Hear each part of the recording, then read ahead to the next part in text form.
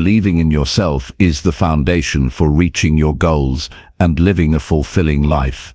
But it's not always easy to build that confidence or keep it strong, especially when challenges come your way. This guide will show you 10 practical ways to truly believe in yourself and start achieving cool things step by step. You'll learn how to set your mindset each morning, take small but powerful actions every day, and keep going even when fear or doubt tries to hold you back. These ideas aren't just quick fixes, they are habits you can build that grow your strength, resilience, and self-respect over time. As you follow along, you'll discover tools to change the way you think, handle failure, and stay focused on what really matters. If you're ready to stop waiting for motivation and start taking control of your life, this is the guide for you. Stick with it, and you'll find yourself moving closer to the success you want while feeling more confident and grounded every day. Chapter 1. Build unshakable trust in your own decisions today. If you want to do meaningful things with your life, if you want to feel proud of who you are and what you're becoming, you must begin by building trust in your own decisions. That trust is not about being right all the time. It's about standing on your own 2 feet, acting with clarity, and knowing that whatever happens next, you can face it, adjust, and move forward. That kind of trust doesn't come from wishing or waiting. It comes from action, from choice, and from the decision to be fully responsible for your life. Most people live in hesitation. They hesitate before speaking up. They hesitate before trying something new. They hesitate because they are waiting for the perfect answer, the perfect moment, or someone else's approval. But there is no perfect moment, no guaranteed path, no outside approval that can replace what you must build inside yourself. Self-trust is the foundation for every step forward. Without it, even the best plan falls apart. With it, even your imperfect choices become stepping stones towards something great. When you don't trust yourself, you second-guess everything. You replay conversations in your head. You worry about what others will think. You freeze in moments that require boldness. You look outward for answers that only live inside you, and over time, that erodes your confidence. You begin to believe that you aren't capable, that you aren't wise enough, strong enough, or ready enough. But the truth is, the longer you stay stuck in that place, the harder it becomes to move. So if you want to build unshakable trust in your own decisions, you must begin today, not when you feel ready, not when everything lines up perfectly. You start where you are. You begin by paying attention to the small choices you make every single day. What time do you wake up? How do you spend your first hour? What do you say yes to? What do you tolerate? Each of those decisions reflects who you believe you are and who you're becoming. And if you want to strengthen that trust, you must take ownership of them. That begins with clarity. You cannot trust your decisions if you are unclear about what you value, what you want, and what you stand for. Clarity is not about having a perfect plan. It's about knowing what matters to you, so that when choices arise, you aren't swayed by fear, pressure, or noise. Clarity allows you to act with integrity. It's what keeps you grounded when the world gets loud. Take time to write down what matters most to you. Be honest. Don't filter it through what you think sounds good. Identify what you care about, what you're working toward, and what kind of person you want to be. Once you have clarity, you must practice. Self-trust grows through repeated action. You don't build it once and keep it forever. You build it by showing up for yourself again and again. Start with small things. Decide what time you'll go to bed, and stick to it. Decide to take care of your health, and follow through. Decide to speak up in the meeting, and do it even if your voice shakes. Every time you follow through, you build evidence. That evidence rewires how you see yourself. You begin to believe that you are the kind of person who follows through. That belief is what creates unshakable trust. It's important to understand that trusting yourself doesn't mean always making the right choice. Sometimes you'll be wrong. Sometimes you'll stumble. Sometimes you'll wish you had done things differently. That doesn't mean you can't trust yourself. It means you're human. The goal is not perfection. The goal is ownership. Did you learn from it? Did you take responsibility? Did you keep going? That's what matters. People who trust themselves don't avoid mistakes. They learn how to grow from them. You'll also need to stop outsourcing your power when you're constantly asking for others' opinions, constantly comparing your path to someone else's, constantly waiting for reassurance. You are training yourself to believe that you can't decide. And that message runs deep. It eats away at your ability to feel grounded. So the next time you find yourself asking 10 people what to do, pause, ask yourself instead, what feels right for you? What direction aligns with your values? What decision can you own fully and completely? This kind of ownership requires courage, because sometimes the answer that feels right for you won't make sense to others. Sometimes it won't be popular. Sometimes it will require you to walk alone for a while. But that's the price of self-trust. You must be willing to live in alignment with your values, even when it's uncomfortable. You must be willing to make decisions that others don't understand. You must be willing to believe in your inner compass more than you believe in the opinions of people who are not living your life. You'll also need to deal with the fear of making the wrong choice. That fear is normal, but it's also not a reason to freeze. The truth is, most of your decisions are not final. You can adjust. You can learn. You can try again. What paralyzes people is the belief that one wrong choice will ruin everything. But life is more flexible than that. You are more resilient than that. Trust is not built in the absence of fear. It is built when you act in spite of it. And remember, every time you delay a decision, every time you avoid stepping forward, you tell yourself that you're not capable. You reinforce the idea that you can't handle it, and that message becomes louder each time. If you want to reverse that pattern, you must take action. Even small steps matter. Make the phone call, write the email, start the project, end the toxic relationship.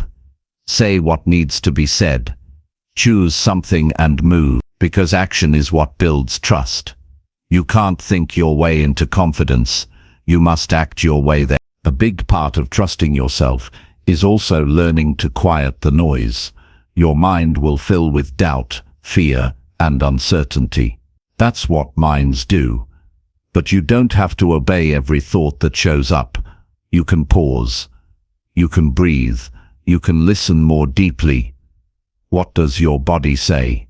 What does your experience say? What does your heart know that your fear tries to hide? The more you practice listening to yourself, the clearer that voice becomes. And the more you listen, the more you'll realize that you don't need to be told what to do. You already know. If you want to develop unshakable trust, you must also be honest with yourself. You can't build trust on lies, even if those lies feel comfortable. If you're avoiding something, admit it. If you've been procrastinating, face it. If you've made excuses, own them. That level of honesty is what builds a solid foundation. Self-trust doesn't come from pretending. It comes from living with truth and discipline. That truth might be uncomfortable at first, but it will set you free. Another way to build trust is to reflect on your past. Look back at moments when you made a decision, took a risk, or stood up for something. How did it feel? What did you learn? What strengths did you show? What did that moment teach you about who you are? You've already survived more than you give yourself credit for. You've already made decisions that shaped your life. Remind yourself of that. Use your own story as proof that you are capable of deciding well, growing strong, and rising again. And remember, trust is a relationship. Just like you build trust with a friend by showing up, being consistent, and being honest, you build trust with yourself in the same way. Show up, Be consistent, be honest, do what you said you would do. That's how the bond deepens. That's how you create a sense of inner peace that doesn't depend on outside validation. There will be times when things don't go as planned, when you follow your instincts and the outcome still feels messy or painful. But even then, self-trust can remain, because trust is not based on getting it right. It's based on knowing you did what felt right for you at the time. It's based on knowing you will face whatever comes next with strength and grace. And if it needs to be corrected, you'll correct it. If you need to learn, you'll learn. If you need to begin again, you will. That kind of trust is powerful. It changes how you walk into rooms. It changes how you handle challenges. It changes how you pursue your goals. Because when you trust yourself, you don't waste time second-guessing. You don't ask for permission. You move. You speak, you try, and that movement opens doors. That effort builds momentum. That courage transforms your life. You don't need to be perfect to trust yourself. You don't need a flawless track record. You need to decide again and again that you are worth believing in, that your voice matters, that your choices count, that your life is yours to lead. And you need to prove that to yourself. Not once, but every day. Start today. Choose something simple that you've been avoiding. Make the decision. Take the step. Follow through. Then do it again tomorrow, and the day after that. With each step, that trust grows. With each step, you become stronger. With each step, you build the life that's waiting for you. One decision at a time. Chapter 2. Start each morning by choosing your own mindset. The way you start your morning shapes everything that follows. Your thoughts, when you wake up, are not just random feelings. They are signals. They influence your energy, your focus, and the way you carry yourself into the day. Most people don't realize this. They open their eyes and immediately reach for their phones. They start reacting, emails, notifications, other people's priorities. From the very first minute, they give away their power without even noticing. But if you want to believe in yourself and achieve meaningful things, you must do something different. You must begin your day by choosing your own mindset. Choosing your mindset doesn't mean forcing a fake smile or pretending everything is perfect. It means deciding what you want to stand for before the world tells you who to be. It means asking yourself, what kind of day do I want to create, and who do I want to be in the face of everything that comes my way? That one decision made first thing in the morning can change the way you think, feel, and act for the rest of the day. It gives you control. It reminds you that you are the one steering your life. There are two ways to live. One is reactive. You wait to see what the world throws at you, and then you respond. The other is intentional. You set your mind first, and then you meet the world on your terms. The first leaves you feeling overwhelmed, defensive, tired. The second gives you focus, resilience, and power. And the difference between the two often begins with how you handle the first 10 minutes of your morning. That small window before the noise, before the distractions, before the demands, is your opportunity to choose how you want to think. You have to train yourself to slow down in those moments. Don't rush. Don't jump into busyness. Wake up and sit quietly, even if just for a few minutes. Ask yourself what matters today. What deserves your energy?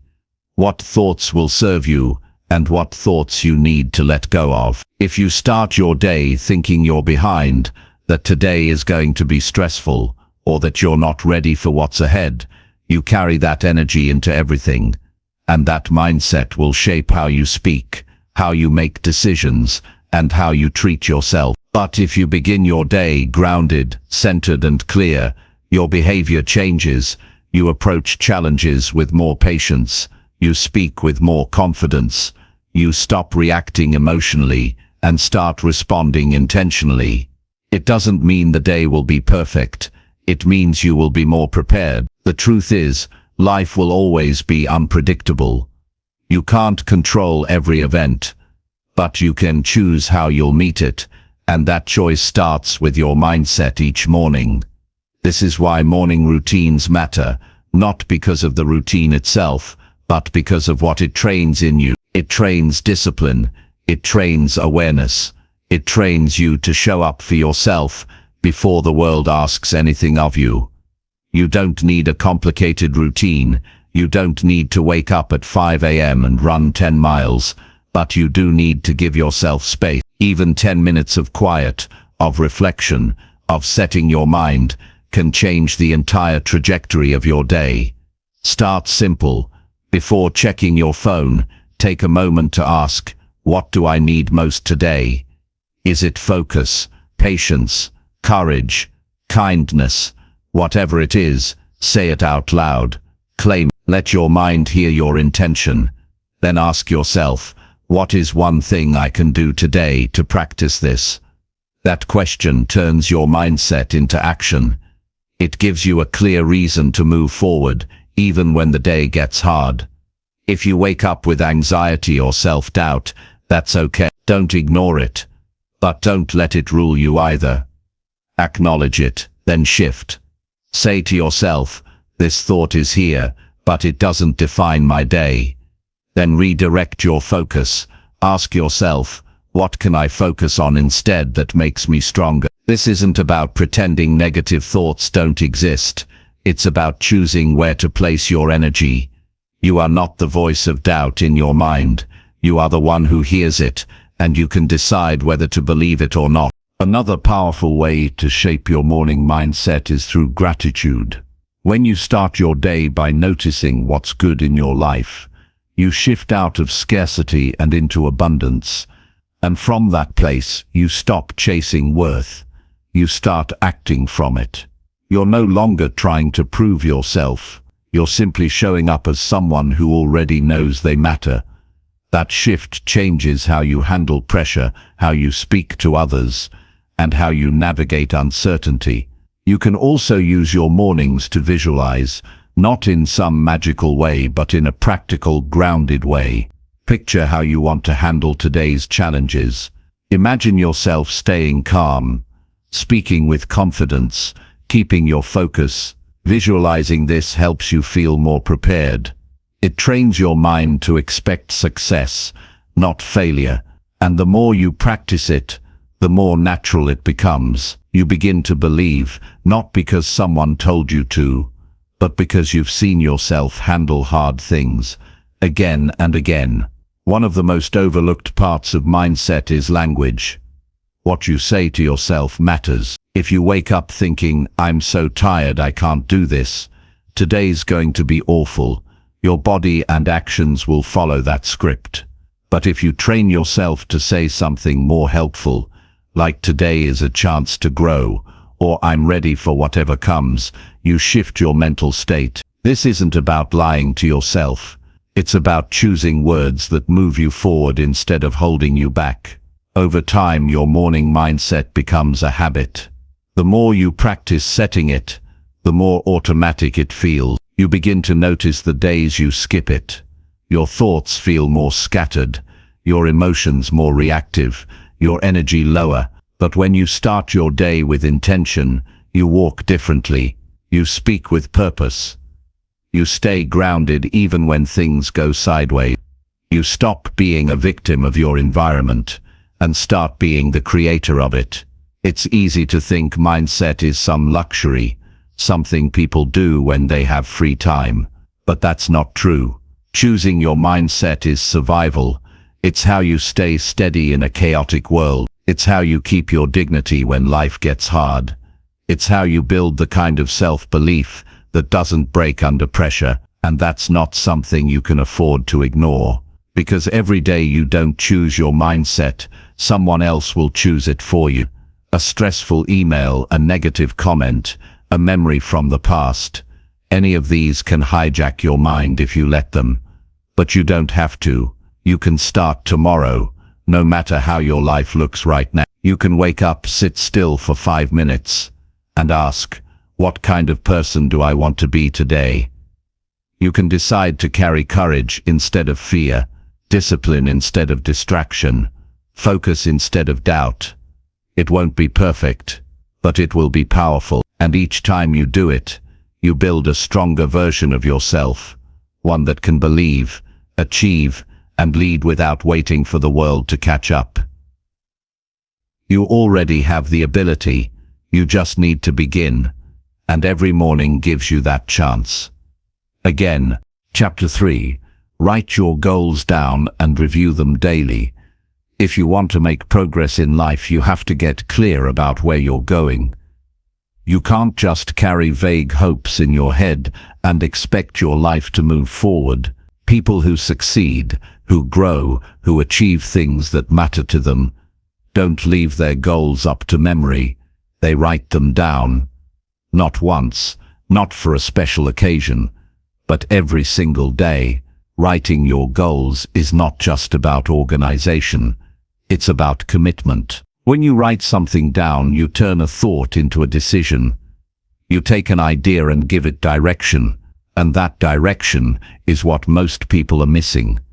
So many people feel stuck, not because they lack potential, but because they lack clarity. They go through the motions, they show up to work, they talk about change, but nothing moves. They feel frustrated, drained, and confused, because deep down they don't know what they're working toward. They don't have a target, they don't have anything pulling them forward. But the moment you begin to write your goals down daily, that changes. You start to think differently. You start to make decisions with purpose. You stop drifting and begin to act with focus. When you write your goals down, you are reminding yourself of what matters. You are keeping your priorities at the front of your mind instead of buried under stress, distractions, and other people's opinions. You are telling yourself, this is what I care about. This is what I'm building. This is why I'm pushing forward. And that simple act changes your energy. It sharpens your choices.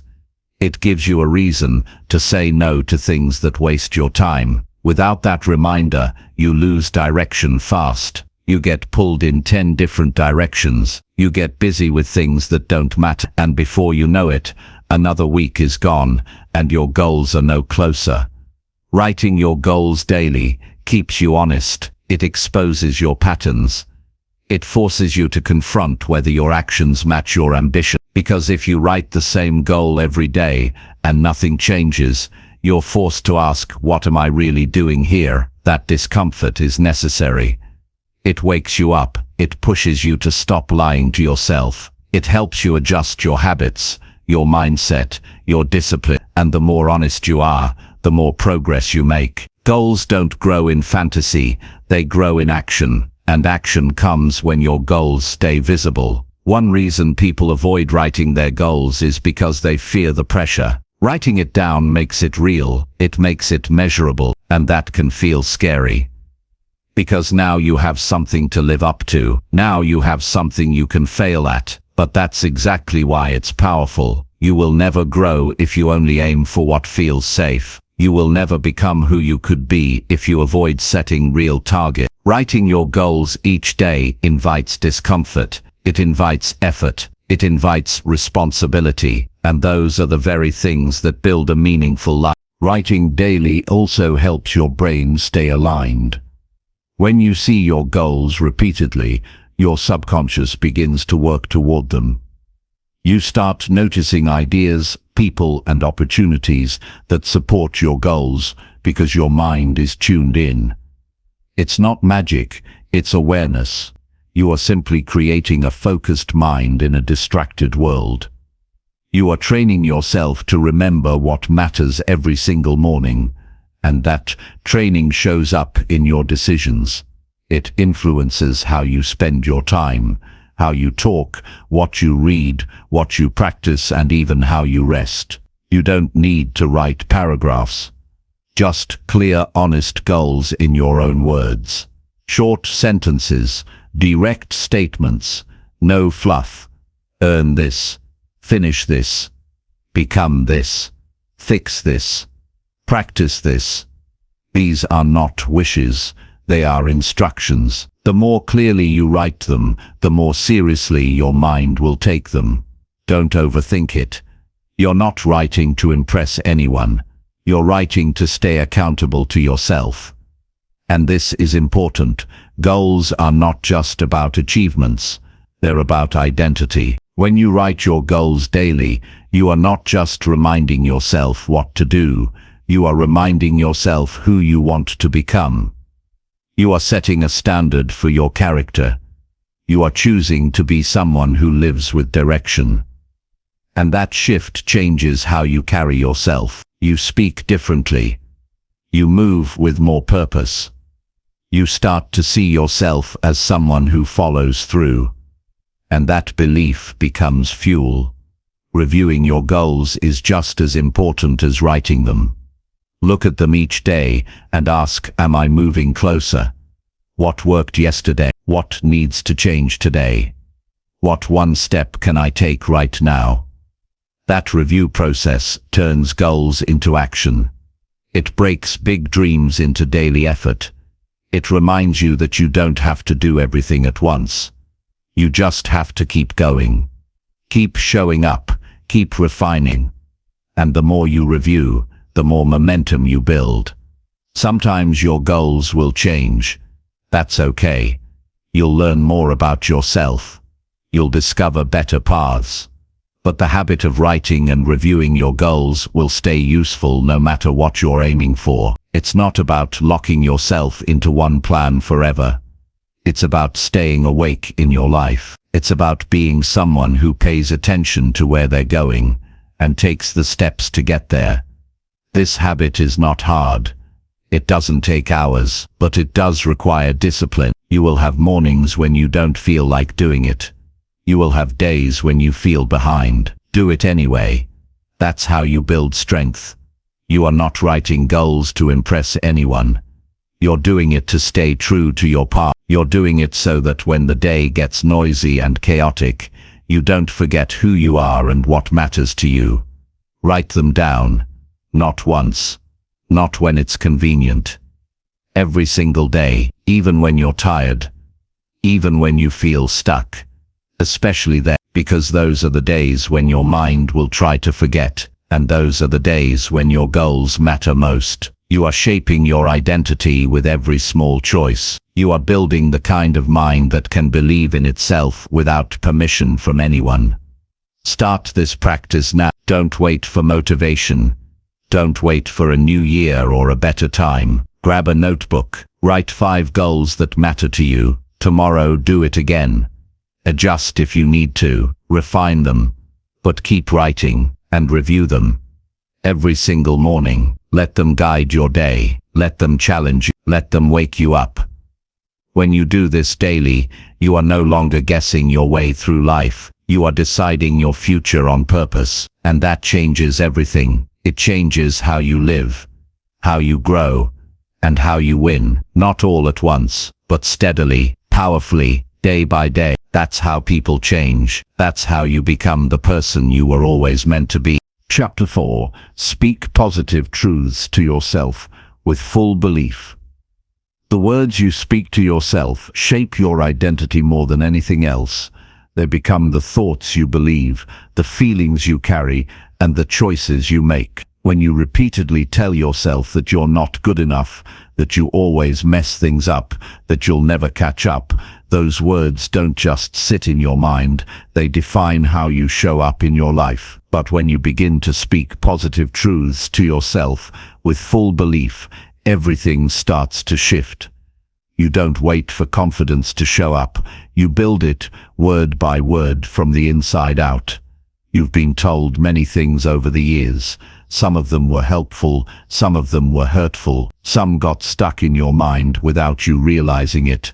Maybe someone once told you that you were lazy, or that you weren't smart enough, or that you didn't have what it takes. Maybe they said it with words, or maybe they said it with silence, with judgment, with the way they looked at you, and maybe you started repeating those messages to yourself, quietly at first, until they became your inner voice. But just because something was said to you or about you doesn't mean it's true, and it definitely doesn't mean you have to keep repeating it. Your voice, the one in your mind, is the voice you hear the most. It's with you every hour of every day, and if you want to believe in yourself and do great things, that voice has to support you, not attack you. It has to tell the truth, not the fear, not the shame, not the doubt. The truth that you are capable, that you can grow, that you've overcome things before, that you don't have to be perfect to make progress, that you are allowed to try again, speak up, show up, and live fully. But here's the key. You can't just say these words without meaning them. You have to believe what you're telling yourself, even if that belief starts small, even if it feels unfamiliar at first. You build belief by choosing what you say and repeating it until your mind adjusts.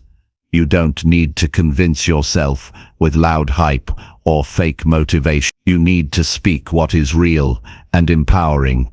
You need to choose words that give you strength and direction, and you need to speak them like you mean them. Look at how you speak to yourself now. Is it kind? Is it helpful? Would you speak to a friend that way? Would you talk to someone you love with the same criticism and pressure you put on yourself? Probably not. So why do you think you need to treat yourself like that to improve? Growth does not come from shame. It comes from truth paired with compassion. When you believe you are worthy of progress, you take better actions. When you believe you can handle discomfort, you stop running from hard things. When you believe you are enough, you stop chasing validation and start acting with purpose. You don't need to lie to yourself. You just need to be honest in a way that moves you forward. For example, instead of saying, "I never do anything right," you can say, "I'm still learning, but I've already come far." Instead of saying, "I can't handle this," you can say, "This is hard, but I've handled hard things before." Instead of saying, "I'll never be good at that," you can say, "I haven't mastered it yet, but I can improve." These are not empty affirmations. These are grounded truths, and they matter. You're not trying to ignore reality. You're trying to tell a better story, the full story. The story that includes your strength, your resilience, your ability to try again. When you speak positive truths with belief, you shift your focus from limitation to possibility. You stop asking, "What if I fail?" and start asking, "What can I learn?" You stop waiting for permission and start giving yourself the support you've always needed. This is how you become your own ally, not your enemy. Start practicing this every day.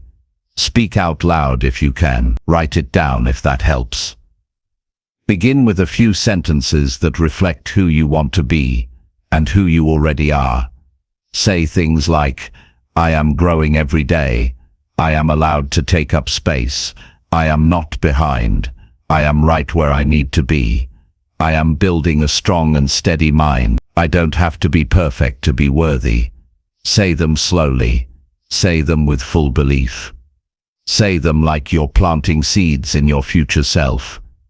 Because you are, you're going to face hard days. You're going to have moments when the old voices return. Doubt will whisper. Fear will shout. But you don't have to agree. You can hear those thoughts and choose something different. You can interrupt them with your truth. You can say, "I see you, but I'm not staying there." And each time you do that, you weaken the grip of the old beliefs and strengthen your new foundation. You must remember that you are not broken. You are becoming. Every single person you admire had to go through the same process. They had to face their own self-doubt. They had to train their mind to think differently. They had to speak words of truth when it would have been easier to stay silent, and so do you. There is no shortcut, but there is a clear path, and it begins with how you speak to yourself. No one else can do this for you. You can receive advice, support and encouragement from others, but if your own voice is tearing you down, it won't stick. You must be the one to change your tone. You must be the one to protect your energy, your mindset, your self-image, and you must be willing to do it daily. Not once, not just when you feel inspired, but every day, especially when it's hard. Because that's when it counts the most. You are not too late. You are not too far gone. You are not too weak to begin. You are a person with thoughts, choices, and the ability to shape what happens next. Speak like it. Act like it. Live like it. Not because someone else said you could, but because you decided to believe in yourself. Your words are your power. Use them to build. Use them to rise. Use them to break cycles and begin again. Speak the truth that strengthens you, and say it with your whole heart. You don't need to wait until you feel like you're ready. You don't need everything to be perfect. You just need to begin. Today. Right now. With one sentence, spoken with belief. Then another, and another, until your words become your reality. Until your mind becomes your ally. Until your belief becomes your way of life. Chapter 5. Do hard things even when fear tries stopping you. Fear will always show up when something matters. It will whisper that you're not ready, that you're not good enough, that you're not like the people who succeed. It will create doubts that feel so real you can almost hear them as facts.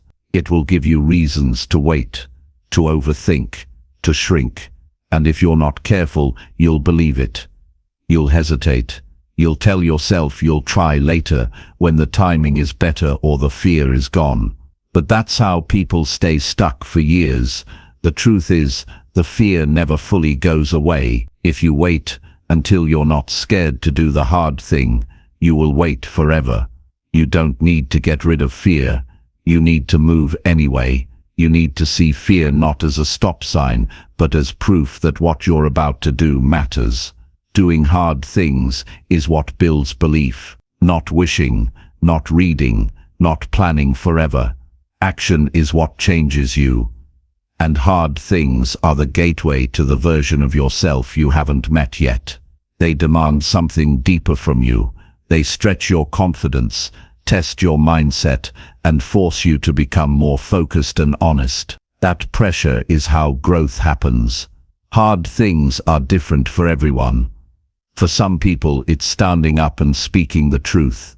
For others, it's walking away from a safe but empty life. It could be starting over, learning something completely new, making a painful decision, setting a strong boundary, or taking a risk that might not work out.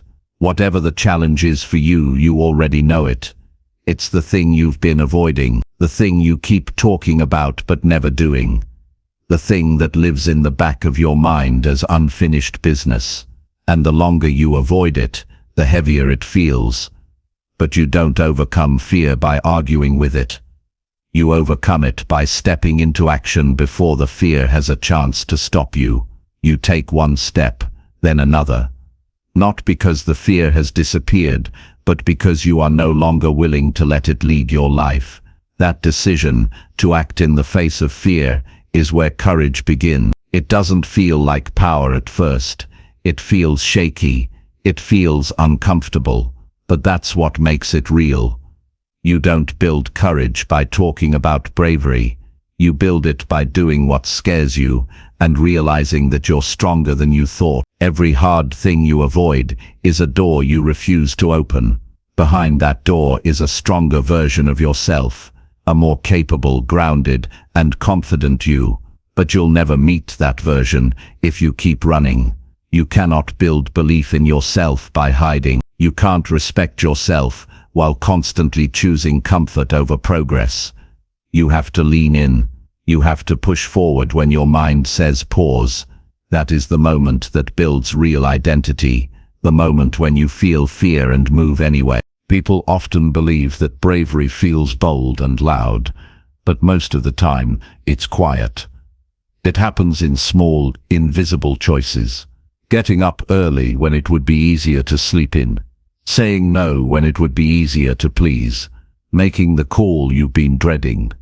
Trying again after failing. Asking for help when you'd rather pretend you're fine. These things don't look dramatic from the outside, but on the inside, they shape everything. Each time you choose to do the hard thing, you give yourself a new reference point.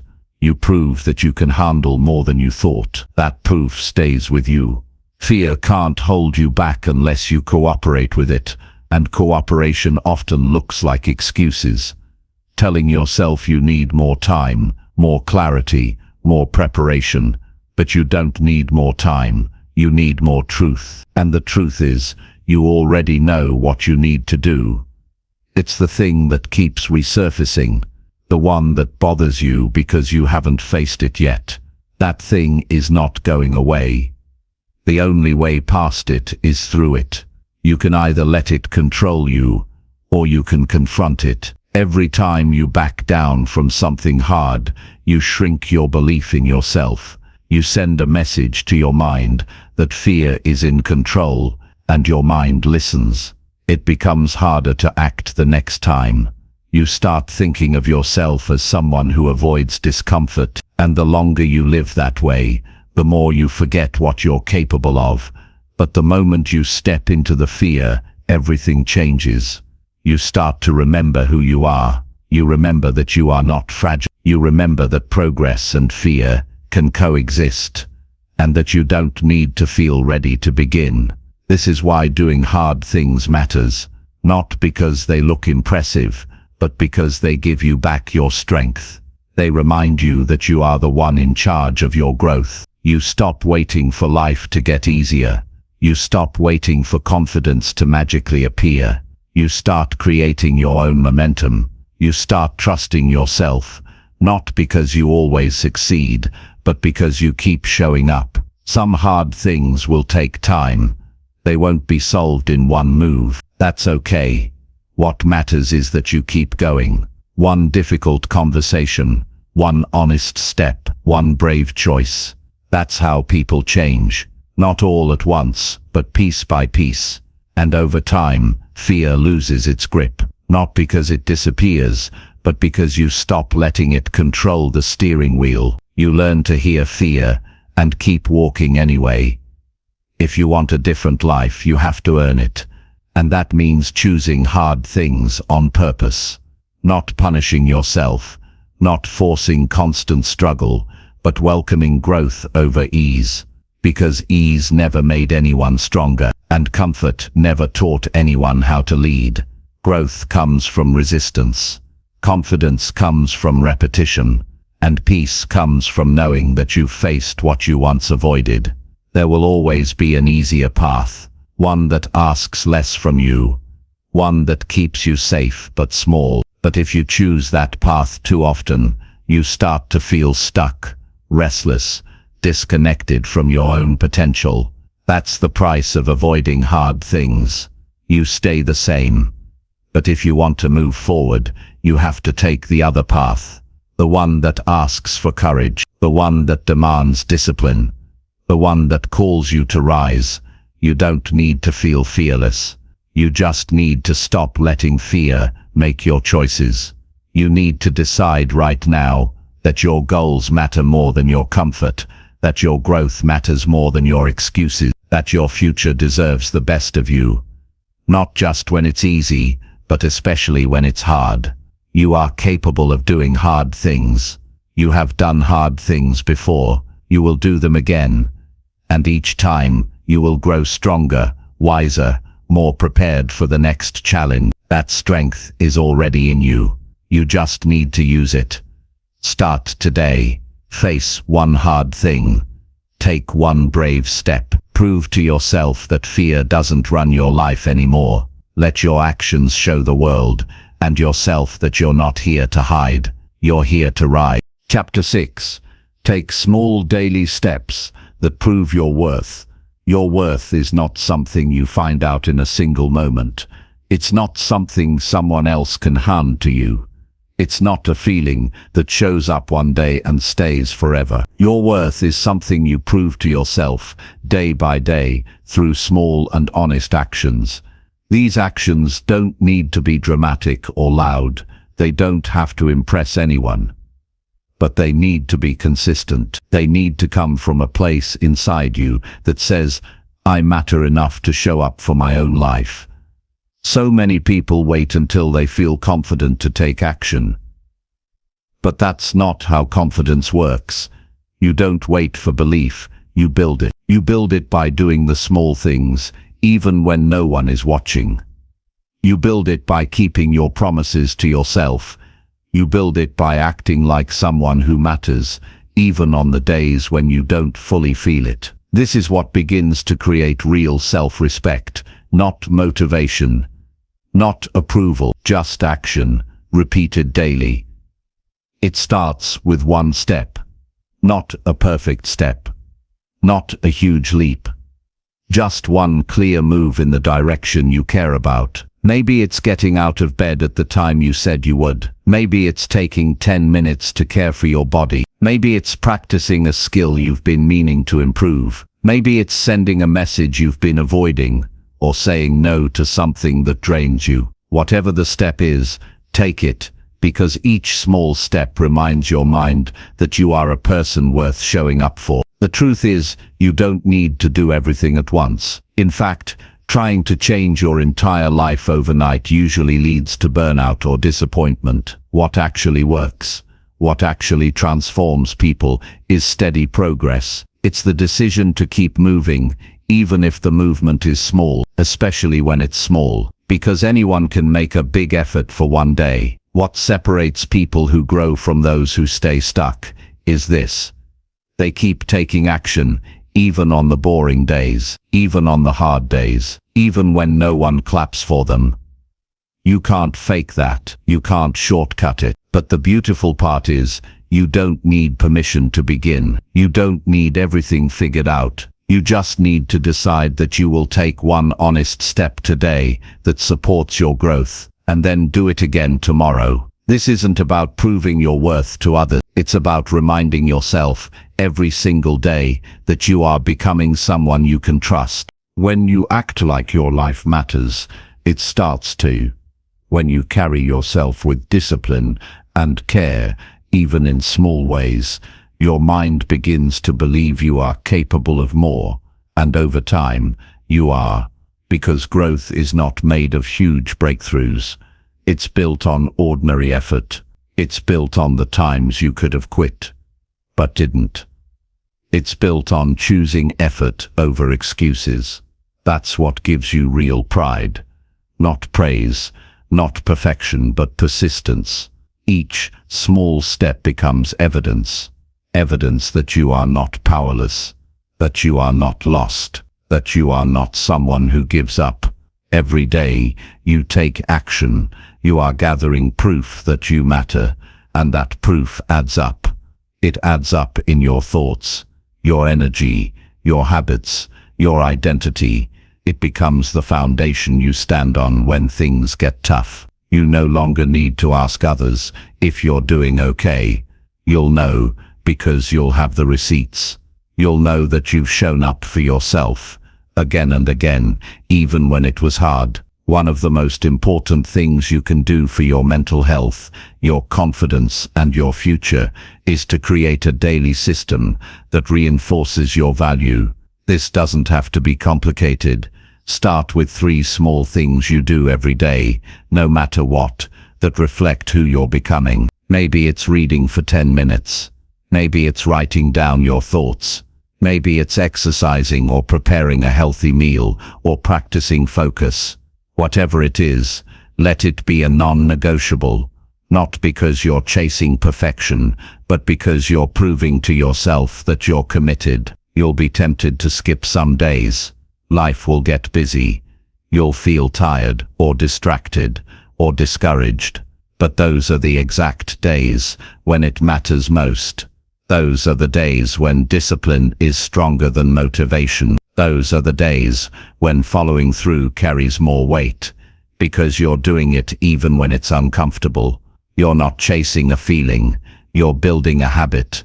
And those habits slowly build a person who walks with quiet pride. Most people overestimate what they can do in a day, and underestimate what they can do in a year. But if you take one meaningful step each day, you will become a completely different person in 12 months.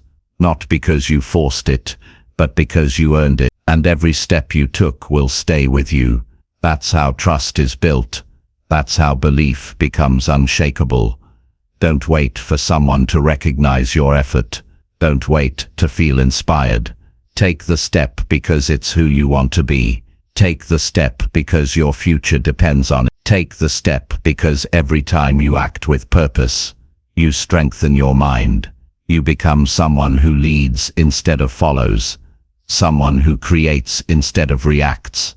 Someone who lives instead of watches from the sidelines. You may not see progress every day. You may not feel different every week. But keep going, because something deeper is happening. You're changing from the inside out. You're building a relationship with yourself that is rooted in respect, not results. And that relationship will guide you through anything. You'll stop needing to prove your worth through other people's opinions. You'll stop waiting to feel confident. You'll start doing the work that makes you proud. This is your life. No one else is coming to do it for you. No one else knows what matters to you as much as you do. So show up, not because everything is perfect, not because you feel unstoppable, but because you're done waiting. You're done making excuses. You're done pretending that small steps don't matter. They do. They matter more than anything else. Start today. Choose one thing that proves you care about your future. Do it with intention. Then do it again tomorrow. Keep doing it until it becomes part of who you are. Let every small action speak a louder truth than your fear. Let every step tell you what you're worth. Not in theory, not in words, but in practice, in effort, in real life. Because the person who takes small daily steps with purpose is the person who becomes powerful beyond what they once believed possible, and that person is you. Chapter 7. Surround yourself with people who build you up. The people you keep close shape the way you see yourself.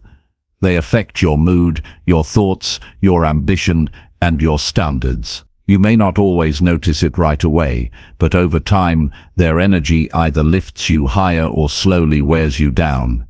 That's why one of the most important things you can do for your growth is to be intentional about who you allow into your life. Not everyone deserves a front row seat in your journey. Some people only take, others compete. Some dismiss your progress or make your dreams feel too big. And if you're not careful, you start shrinking to fit into spaces you've outgrown. You start doubting what used to feel possible. You begin carrying other people's fear as if it's your own. But you don't have to live like that. You can choose to create a circle that reflects the person you're becoming, not the one you've been trying to leave behind. You can surround yourself with people who build you up in small but powerful ways. People who see your effort and respect it. People who don't need you to pretend or prove anything. People who challenge you to rise without making you feel like you're never enough. These people exist. They're not perfect, but they're real. And when you find them, you'll feel it. You'll feel more like yourself around them. You'll feel encouraged instead of drained. You'll leave the conversation clearer, lighter, and more motivated. That kind of environment matters. It's not about using others to feel good. It's about aligning your energy with people who remind you what you're capable of. Growth is hard enough on its own. You don't need voices around you that make it harder. You don't need people who mock your discipline, downplay your dreams, or stay silent when you succeed. You need support that is steady, honest, and rooted in mutual respect. You need people who clap for you when you win, and remind you of your strength when you fall. You become like the people you spend time with. Their standards start to influence yours. If you're around people who avoid growth, you'll be tempted to settle. If you're around people who constantly complain, you'll start to see everything as a problem. If you're around people who make excuses, you'll start to believe discipline doesn't matter. But if you're around people who challenge themselves, you'll raise your bar. If you're around people who take ownership of their life, you'll feel inspired to do the same. That's not motivation, it's environment. And environment is one of the most powerful forces in shaping your future. Choosing the right people means paying attention to how you feel after spending time with them. Do you feel more grounded, more capable, more seen? Or do you feel like you have to filter yourself just to be accepted? Do you feel safe to speak about your goals, or do you hide them to avoid judgment? These are not small questions. They reveal the quality of your connection, and the quality of your connections often determines the quality of your mindset. You don't need a huge circle. You don't need to be liked by everyone. What you need are a few solid people who get it. People who listen without rushing to fix you. People who don't make your challenges about them. People who can celebrate your wins without making it a competition. These are the kinds of relationships that fuel growth. They give you a mirror that reflects your best side. They keep you anchored when life gets messy. But you also have to be that person for others. You can't expect support if you don't give it. Show up for people with presence. Don't disappear when they succeed. Don't make everything about yourself. Be honest, be kind, and be consistent. Real support is not about giving people advice all the time. Sometimes it's just sitting with them in silence. Sometimes it's reminding them of their progress when they forget. Sometimes it's just showing up without needing recognition. When you create that kind of energy, you attract the same. If your current environment is filled with negativity, start adjusting it one relationship at a time. You don't need to cut everyone off immediately, but you do need to create boundaries. You can love someone and still limit your time with them. You can care about someone and still choose peace over constant tension. Boundaries are not about being rude. They're about protecting your focus and your mental health. You're not here to fix everyone. You're here to grow, and not everyone is meant to grow with you. As you change, your relationships will change too. Some people won't understand your new mindset. They'll say you've changed, like it's a bad thing. But you have changed. You've decided to live with more intention. You've decided to take ownership of your future, and not everyone will celebrate that. Let them go, or let them watch. But don't let them stop you. You don't need to explain your path to anyone who's not willing to walk with you. You will outgrow some people. That's part of growth. It's painful sometimes, but it's necessary. Holding on to every connection just because of history keeps you stuck in places you've already moved past. Don't stay small to make others comfortable. Don't water yourself down to keep the peace. The right people won't be threatened by your growth. They'll be inspired by it. And if they're not, that's your signal to move forward. Building a strong circle takes time, but you can start now. Start by becoming someone who adds value to every room you enter. Start by being honest about what you need in your relationships. Start by letting go of people who keep you in old patterns. Start by reaching out to those who challenge you to be better. You don't need to beg for support. You just need to be brave enough to demand better for yourself and from the people you keep close. Your circle is either pulling you forward or holding you back.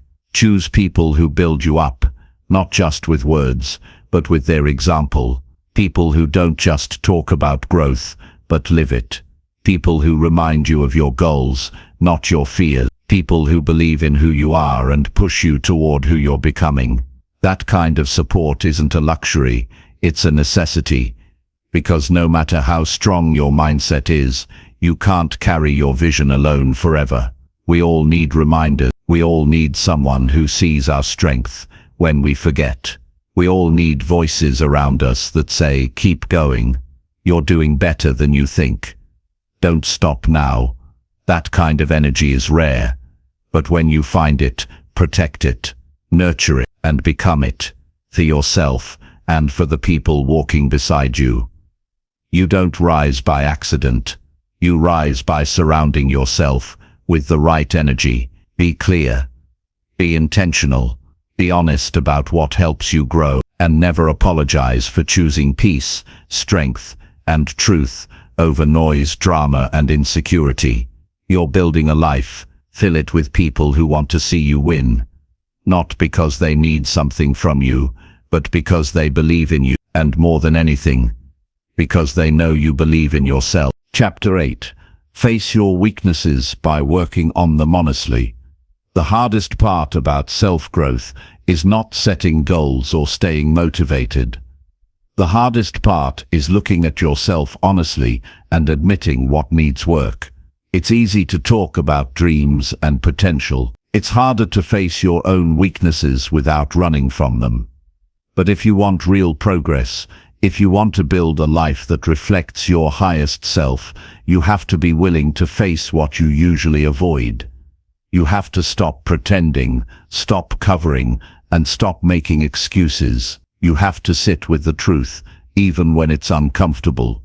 Your weaknesses don't define you, but ignoring them does keep you from becoming who you could be. Everyone has blind spots, habits that hold them back, reactions that cause damage, and patterns that get in the way. You are not broken because you struggle. You're human. What matters is what you choose to do about it. You can deny it, defend it, or distract yourself from it. Or you can be honest, take responsibility, and begin the work. That choice changes everything. Most people avoid facing their weaknesses because it makes them feel exposed. It challenges their self-image. It threatens their comfort. But real confidence is not pretending to be perfect.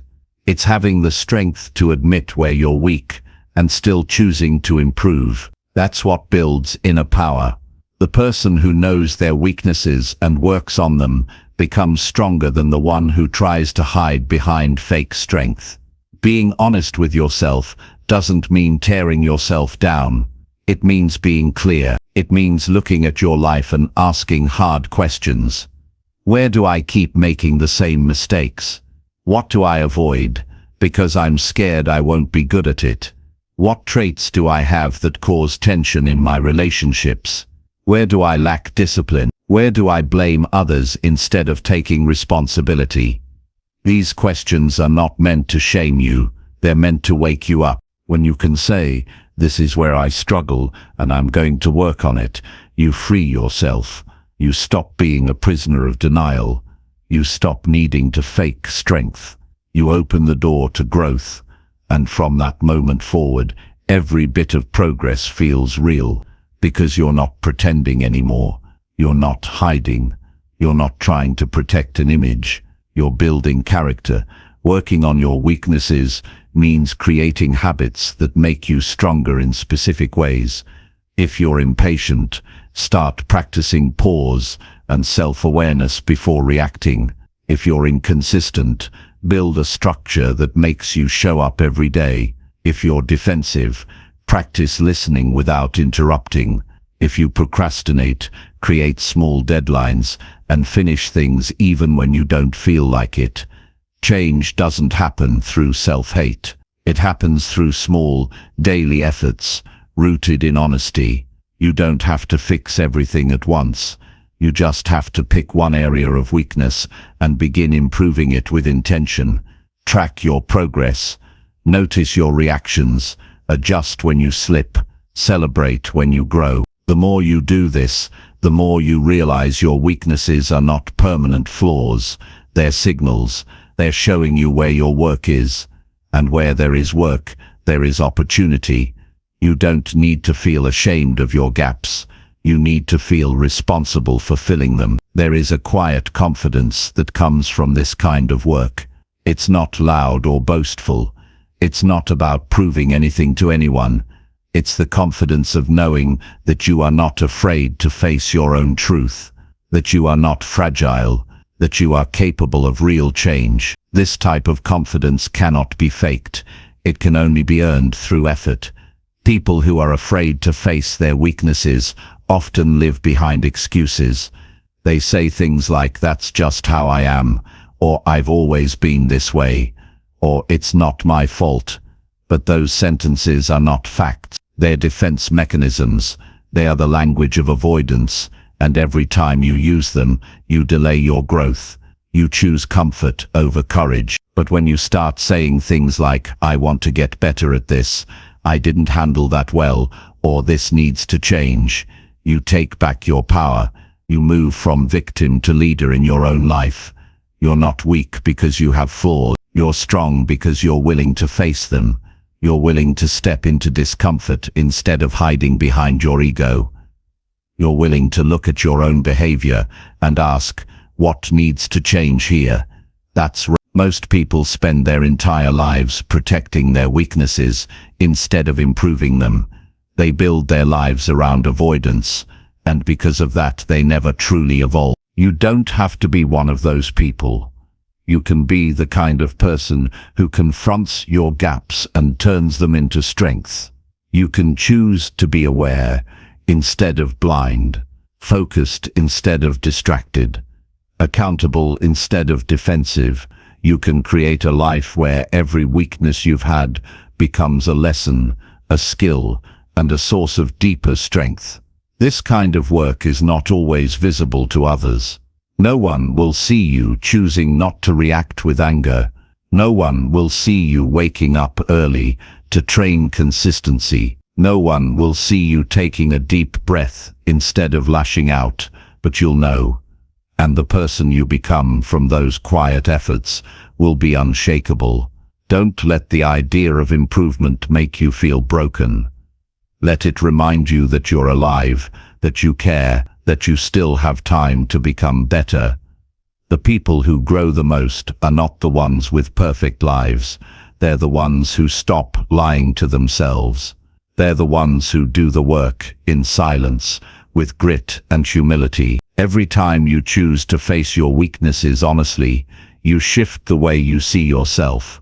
You stop seeing yourself as a person limited by flaws and start seeing yourself as someone capable of transformation. That mindset is rare, and it's powerful. It allows you to walk into any room knowing that you're not pretending to be strong. You are strong because you're not running from anything anymore. So take a breath. Look at the areas in your life that need work. Pick one. Start small. Track your patterns. Adjust your actions. Give yourself time, but don't give yourself excuses. You don't need to become perfect. You need to become consistent. You need to become honest. You need to become the kind of person who doesn't flinch at the truth. Your weaknesses are not your identity. They're just parts of you that need care, attention, and effort. And when you give them that, they stop being weaknesses. They become fuel for your growth. They become reminders of how far you've come. They become part of the story you tell when someone asks you how you built such strong character. And you'll say, "I stopped hiding. I did the work. I faced myself and didn't give up." That's the truth that will carry you forward for the rest of your life. Chapter 9. Celebrate every win, no matter how small it feels. Most people wait for the big moment before they let themselves feel proud. They wait until the entire goal is achieved, until the world claps, until it's obvious they've made it. But real growth doesn't work that way. The path to anything meaningful is filled with small steps, quiet victories, and unseen effort. And if you don't learn how to celebrate the small wins, you'll constantly feel like you're not doing enough. You'll move forward but still feel stuck. You'll grow but fail to recognize your progress. And over time, you'll start believing the lie that you're behind, even when you're moving forward. Celebrating small wins is not about lowering your standards. It's about honoring your process. Every day that you show up, every time you make a better choice, every moment you resist an old habit that matters, that is evidence of change. And if you don't learn to acknowledge it, you'll burn out trying to reach some future version of success that never feels close enough. You'll become addicted to outcomes and forget to notice transformation. That's how people give up, even when they're making progress. They don't see it because they don't stop to feel it. The truth is, you need those moments of recognition, not from others, from yourself. You need to be able to pause and say, "That was hard, and I did it anyway." You need to look at the small changes you've made and give yourself credit, because no one else knows what it took for you to get out of bed on a hard day. No one else saw the effort behind the discipline, the mental struggle behind the smile, the internal battle you won, just to stay safe. That's not small. That's everything. If you want to stay motivated, you can't just focus on the finish line. You need to build energy through momentum, and momentum is built by acknowledging forward movement, no matter how small it looks. It's not about pretending that everything is perfect. It's about noticing where it's better than it was yesterday. That shift in focus helps you feel progress, instead of only chasing it. When you celebrate small wins, you tell your brain that what you're doing matters. You create positive reinforcement. You build a connection between effort and reward. That makes it easier to keep going, because progress that feels good becomes sustainable. But when you ignore your own effort and focus only on what's missing, you slowly kill your motivation. You start asking, "What's the point?" Even when the point is right in front of you. Every single person who has ever reached a goal started with small action. No one wakes up and becomes excellent overnight. They improve one choice at a time, and they keep going because they track the little shifts, not just the big outcomes. The small win of doing the hard thing once. The small win of showing up even when it didn't feel exciting. The small win of catching a negative thought and replacing it. These moments stack, and if you learn to honor them, they become fuel. Somewhere along the way, many people were taught that only big accomplishments count, that celebrating the little stuff makes you weak or arrogant. That's not true. What makes you weak is needing constant external validation. What makes you strong is knowing your own progress and celebrating it from within. That's not arrogance. That's self-awareness. And it leads to deeper confidence, the kind that doesn't need attention or approval to feel real. If you're trying to build a better life, you're going to have a lot of quiet days. Days where the work isn't exciting. Days where no one notices. Days where the only thing you can point to is that you didn't give up. Those are the days that require celebration, because that's where your character is built. That's where your future is decided. Not in the highlight moments, but in the ordinary ones. Make it a habit to reflect on your wins each day. Before you go to sleep, ask yourself, what did I do today that I'm proud of? It doesn't need to be groundbreaking. Maybe you stayed calm when you wanted to react. Maybe you stayed focused for an hour. Maybe you took a walk, cleaned your space, or made time to rest instead of quitting on yourself. These things matter. Write them down. Say them out loud. Let them register. Let them count. When you do this often enough, you start to shift your identity. You stop seeing yourself as someone who always needs to do more. You start seeing yourself as someone who is already becoming, someone who is building a strong life through effort, intention, and consistency. That shift changes how you feel about yourself. It changes how you carry yourself. It changes how you respond to challenges, because you know your own effort, and you respect it. Celebrating your wins also builds resilience, because when you recognize your own strength, it's easier to keep going when things get hard. You remember that you've been here before, that you've done hard things, that you've made progress before, and you can do it again. It gives you perspective. It keeps you grounded in the truth, instead of being swayed by the emotion of a single bad moment. Don't let society's obsession with big outcomes fool you. The people who live fulfilling lives are the ones who pay attention to the small things, who know how to find pride in a quiet improvement, who keep showing up, not for applause, but because it matters. You can become one of those people. All it takes is a daily decision to notice what you did right. This is not about being soft or lazy. It's about being intentional. When you treat your growth like it's worth noticing, you train your mind to stay focused. You build a sense of identity that is rooted in progress, and you create a life that doesn't rely on external approval to feel meaningful. That kind of life is solid. It's sustainable. It doesn't rise and fall with the opinions of others. It grows because it's built on truth. You are doing better than you think. You are growing in ways that might not be visible yet, but if you look closely, you'll see it. In your decisions, in your habits, in your effort. Celebrate that. Not once. Not just when you finish something, but every day. Celebrate the fact that you care enough to try. Celebrate the fact that you're still here, still learning, still improving. That is not small.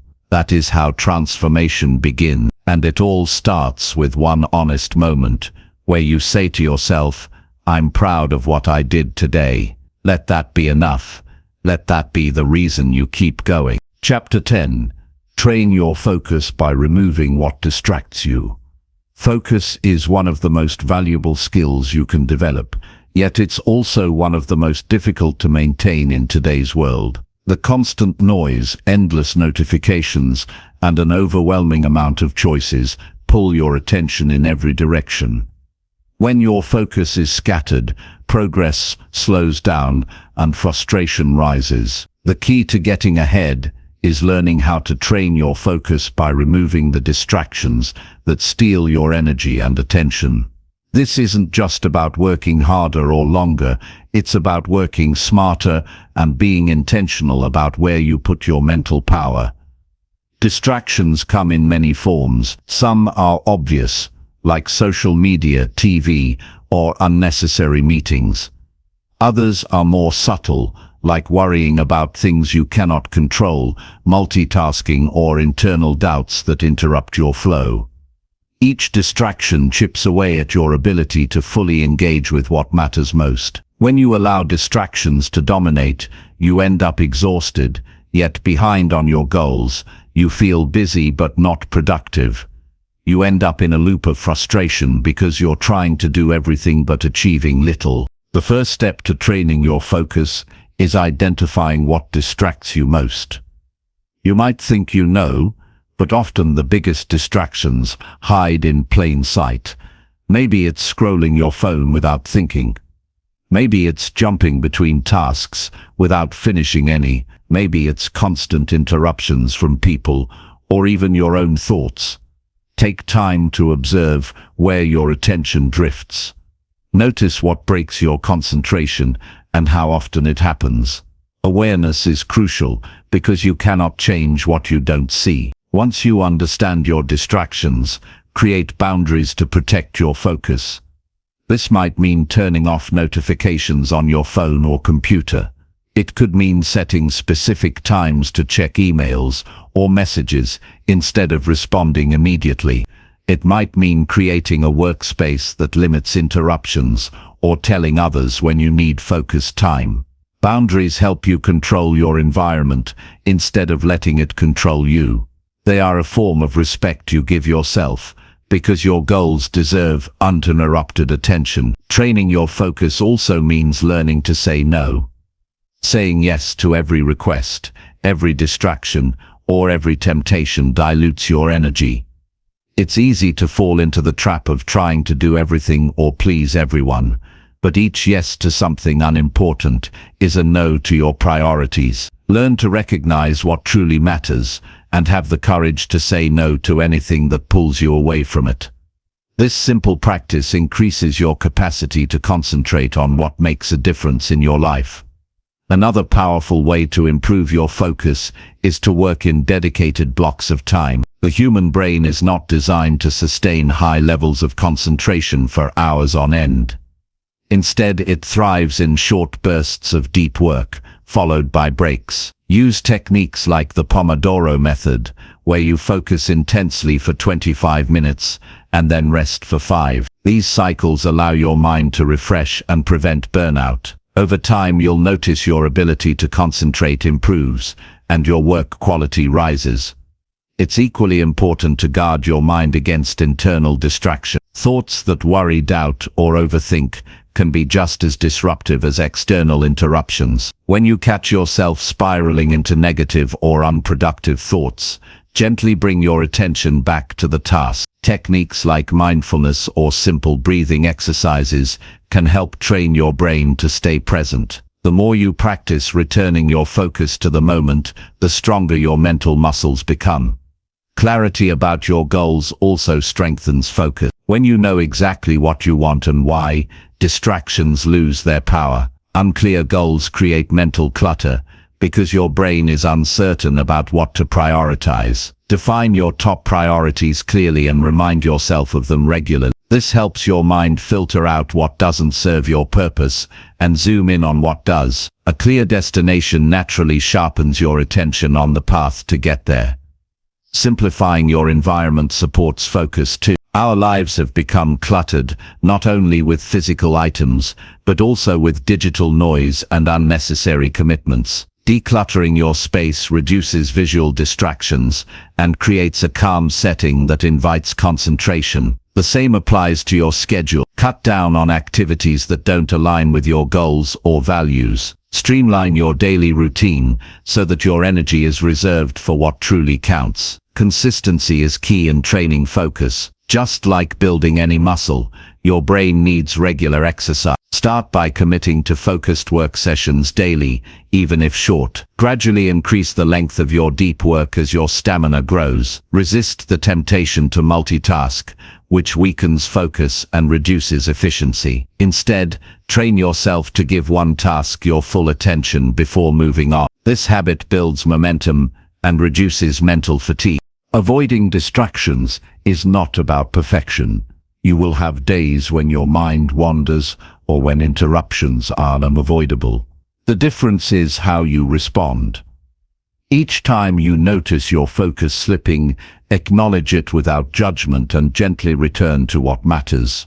This practice strengthens your mental resilience and deepens your control over attention. Over time, your brain learns to stay on track more naturally, even in distracting environments. Training your focus changes more than just your productivity. It affects your self-esteem, your decision-making, and your overall quality of life. When you can concentrate deeply, you feel more capable and less overwhelmed. You complete tasks faster and with better results. You create space for creativity and problem-solving. Your stress decreases because you're no longer scattered or reactive. Focus gives you the freedom to direct your energy instead of being pulled in every direction. Remember that your attention is a resource. How you spend it shapes your reality. Each time you allow distraction, you weaken your ability to live intentionally. Each time you protect your focus, you invest in your future. The best investment you can make is in training your mind to focus on what truly matters. Because when your focus is clear and strong, your goals come within reach faster and with greater satisfaction. Start by removing one distraction today. Turn off your phone notifications. Close the tabs you don't need. Set a timer for focused work. Tell someone you need uninterrupted time. Notice how it feels to concentrate without constant interruption. Then build from there. Train your focus like a muscle with patience, persistence, and clear intention. This skill will change how you live, work, and achieve. It will empower you to believe in yourself and accomplish the cool things you're meant to do. Chapter 11. Create powerful routines that support your real growth. Building a life of real growth requires more than just motivation or occasional bursts of effort. It demands consistent actions that become automatic routines that support the person you want to become, without requiring constant willpower. Powerful routines are the backbone of transformation because they create structure and predictability in an otherwise chaotic world. When your routines align with your goals and values, they serve as a steady engine propelling you forward, day after day. Many people misunderstand routines as rigid schedules or boring habits that limit freedom. In truth, the strongest routines are flexible enough to adapt, but consistent enough to anchor your progress. They remove decision fatigue by turning important actions into daily rituals that happen naturally. This frees your energy to focus on creativity, problem solving, and meaningful work rather than wasting it on wondering what to do next. Creating routines that genuinely support growth means carefully designing your day around your priorities, not distractions. Start by examining where you currently spend your time and energy. Identify habits that pull you away from growth and replace them with ones that bring you closer. Powerful routines aren't about doing everything at once. They're about making deliberate choices to improve key areas of your life consistently. This could be as simple as setting a morning ritual to center yourself before the day begins, or a nightly practice to review your progress and plan the next day. Small, consistent actions compound over time into massive change. The foundation of effective routines is intention. Each routine should have a clear purpose connected to your goals. Without that, routines become empty tasks that feel like chores. Ask yourself why a routine matters and how it supports the person you want to be. When your routines carry meaning, you're more likely to stick with them. They become acts of self-respect rather than obligations. This mindset shift is critical because it moves your routine from external pressure to internal commitment. Another key is simplicity. Overcomplicating routines leads to overwhelm and failure. Powerful routines focus on a few high-impact actions rather than a long list of tasks. Prioritize quality over quantity. For example, instead of trying to overhaul your entire day, start with a simple habit like drinking water first thing or writing down 3 priorities. When you master one routine, add another. Gradually, these build into a system that supports your growth. Holistically, consistency is more important than intensity. It's better to do a small positive action every day than a huge effort once in a while. Consistency builds trust in yourself. It rewires your brain to expect progress. It creates momentum that keeps you moving even when motivation wanes. Remember, transformation is a marathon, not a sprint. Powerful routines keep you steady on that path. Accountability also plays a role in sustaining routines. Find ways to hold yourself responsible without relying solely on motivation. This could be journaling your progress, sharing your goals with a trusted friend, or using habit tracking apps. External accountability adds layers of commitment that help you follow through. But the deepest accountability comes from knowing that your routines shape your future self, someone you want to respect and become. It's essential to be flexible and forgiving with your routines. Life will throw unexpected challenges, and rigid routines can feel like prisons when circumstances change. Powerful routines have room to breathe.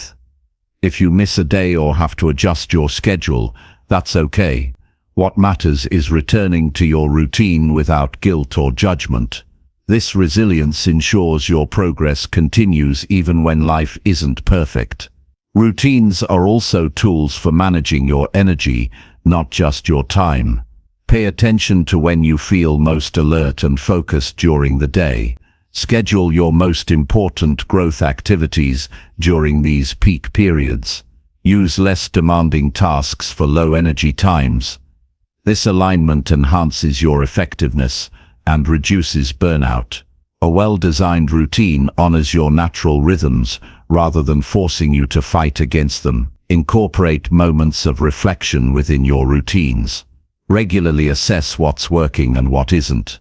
Be honest about whether a habit is supporting your growth or draining you. Adjust accordingly. Growth is dynamic, and your routines should evolve as you do. This ongoing tuning keeps your practices relevant and effective. Celebrate progress within your routines. When a habit sticks for a week or a month, acknowledge your commitment.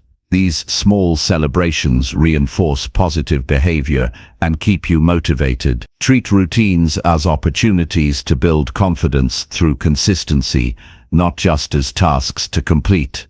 Powerful routines create a positive feedback loop.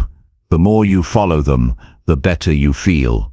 The better you feel, the more you want to keep going. This cycle strengthens your belief in yourself and your ability to achieve cool things.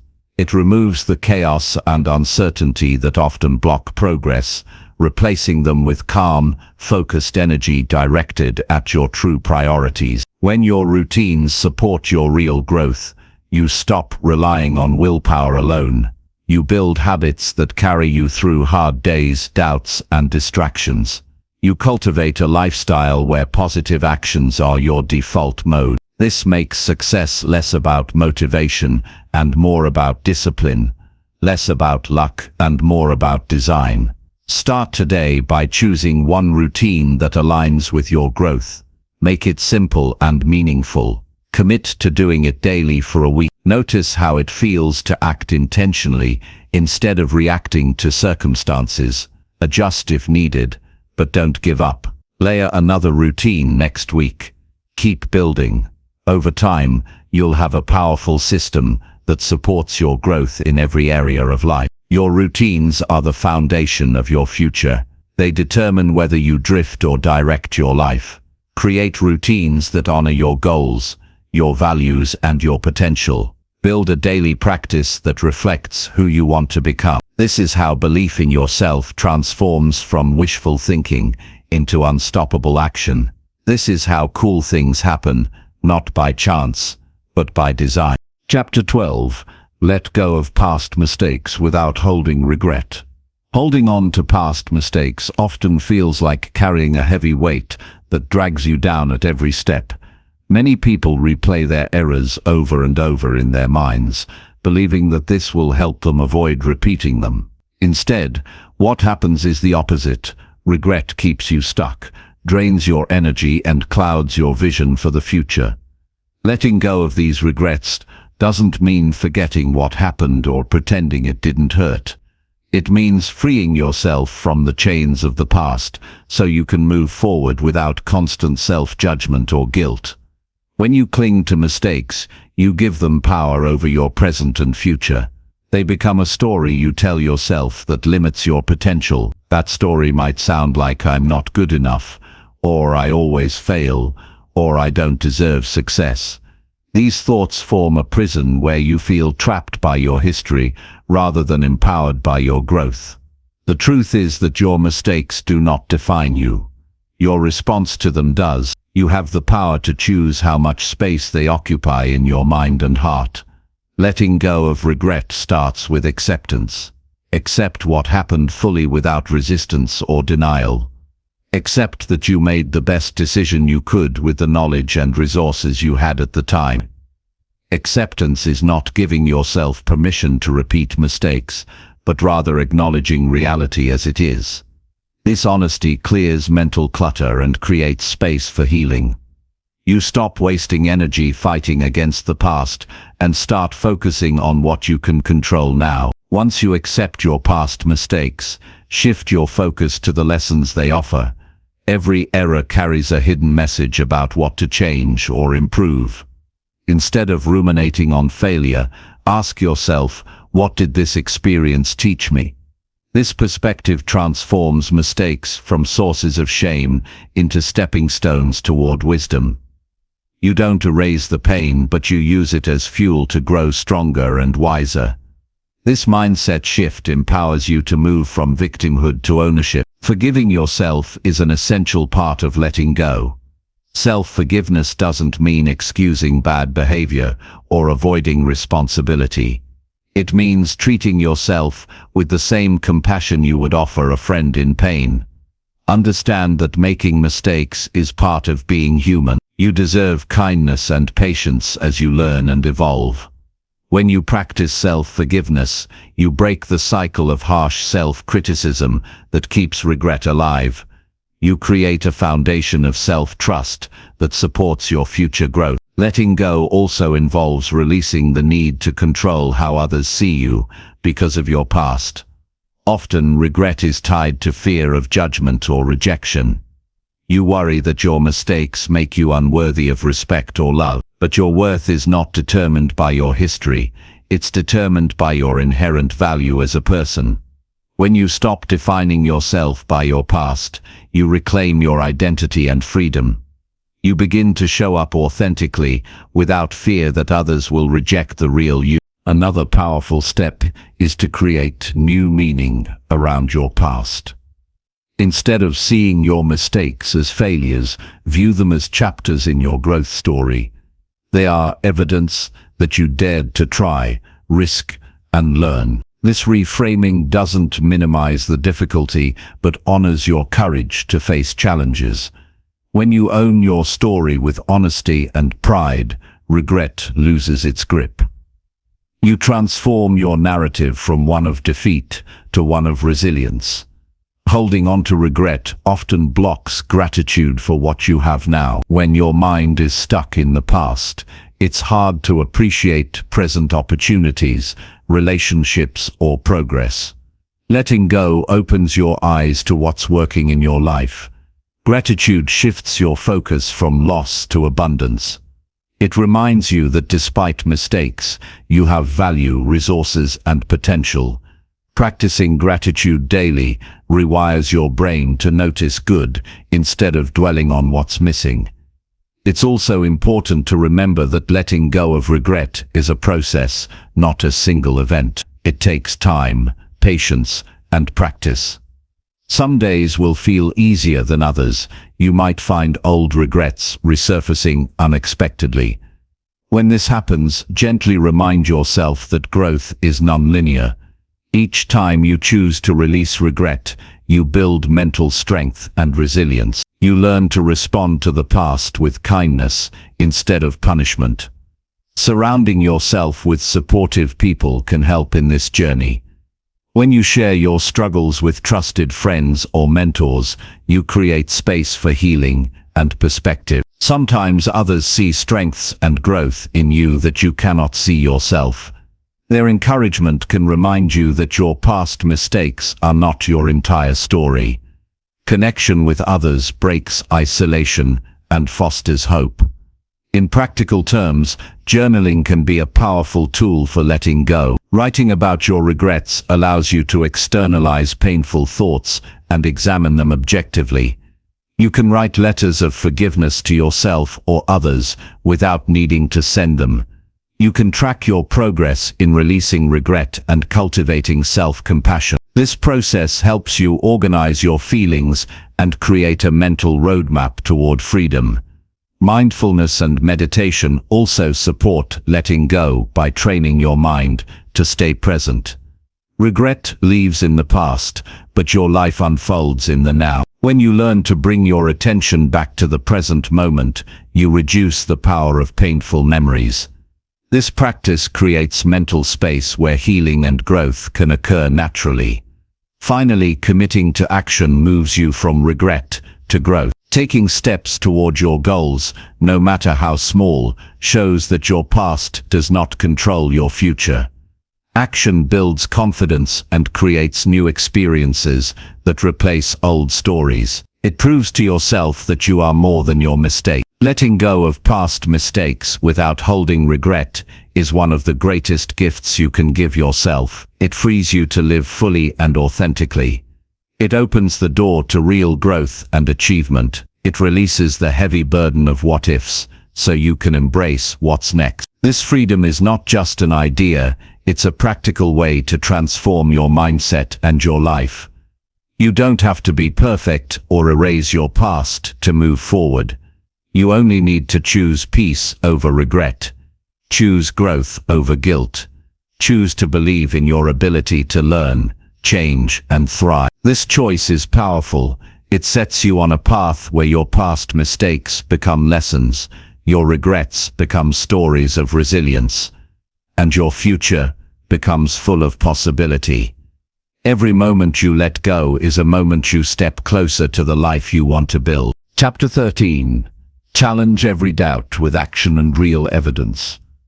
Doubt is a natural part of the human experience, but it can easily become a barrier that stops you from reaching your full potential. When doubt creeps in, it whispers that you're not good enough, that failure is inevitable, or that your dreams are unrealistic. Left unchecked, these thoughts can spiral into a paralysis that keeps you stuck in place. The most effective way to overcome doubt is not by trying to ignore it, but by challenging it with action and real evidence. This means confronting your fears directly and proving to yourself what you are truly capable of through tangible results. When doubt appears, it often thrives on uncertainty and assumptions rather than facts. You might catch yourself thinking, "I'll never succeed," or "I'm not qualified," but these are beliefs rather than truths. Beliefs that can be questioned and tested. To challenge doubt, start by examining what evidence you actually have to support those negative thoughts. Often, you'll discover that doubt is based on fear or past experiences that no longer apply. By separating feelings from facts, you can begin to dismantle the mental walls that keep you confined. Taking action is the strongest antidote to doubt. Even the smallest step forward sends a message to your brain that you're capable. Action creates momentum and breaks the cycle of rumination that fuels uncertainty. Instead of waiting for confidence to appear before acting, act first and watch confidence grow as a result. This reversal is powerful because it shifts you from a passive victim of doubt to an active creator of your reality. Each action you take, no matter how small, chips away at fear and builds evidence that you can handle challenges. Real evidence comes from consistent effort and results over time. It's not about perfection or immediate success. It's about accumulating proof that your doubts are exaggerated or false. Keep track of your wins, progress, and lessons learned. When doubt resurfaces, pull out this evidence and remind yourself that you've overcome obstacles before and are capable of doing it again. This practice rewires your brain to trust your abilities rather than your fears. It's also important to test your doubts by setting small experiments. If you believe you can't speak confidently in public, volunteer to share your ideas in a meeting or record a short video. If you think you lack skill, take a class or practice regularly. By treating doubts as hypotheses to be tested rather than facts to be feared, you empower yourself to seek truth instead of avoiding risk. This mindset encourages curiosity and growth instead of avoidance and stagnation.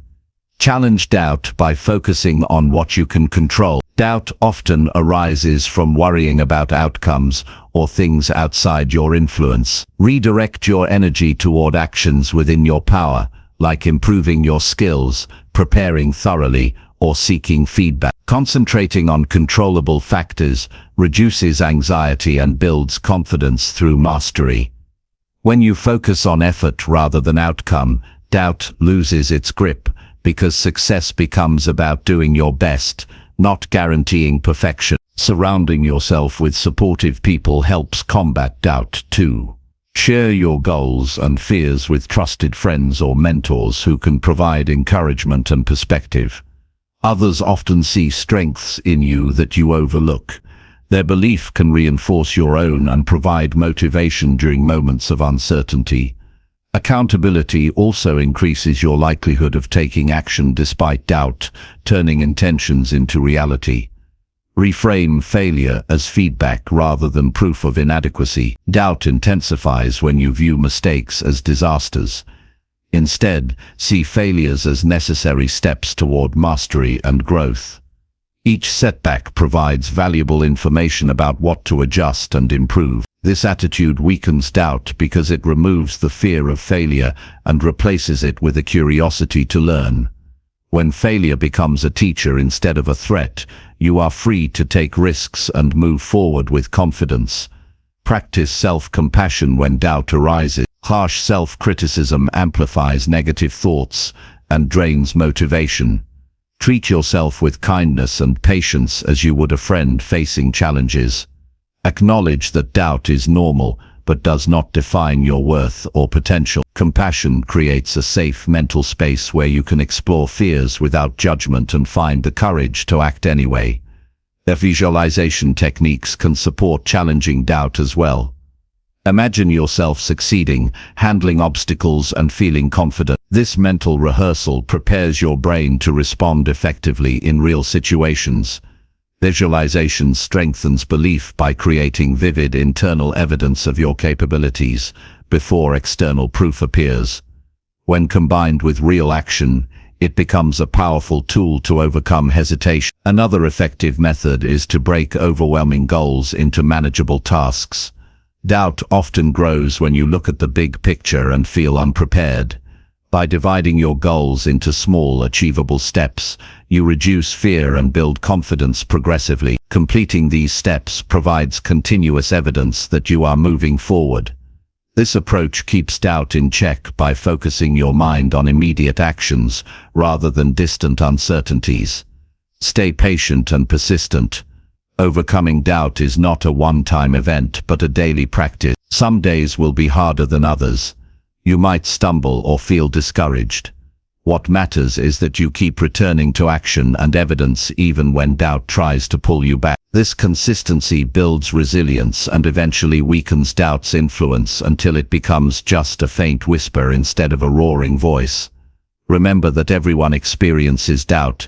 Even the most successful people face moments of uncertainty. What sets them apart is their willingness to act, despite fear, and their habit of gathering evidence through effort.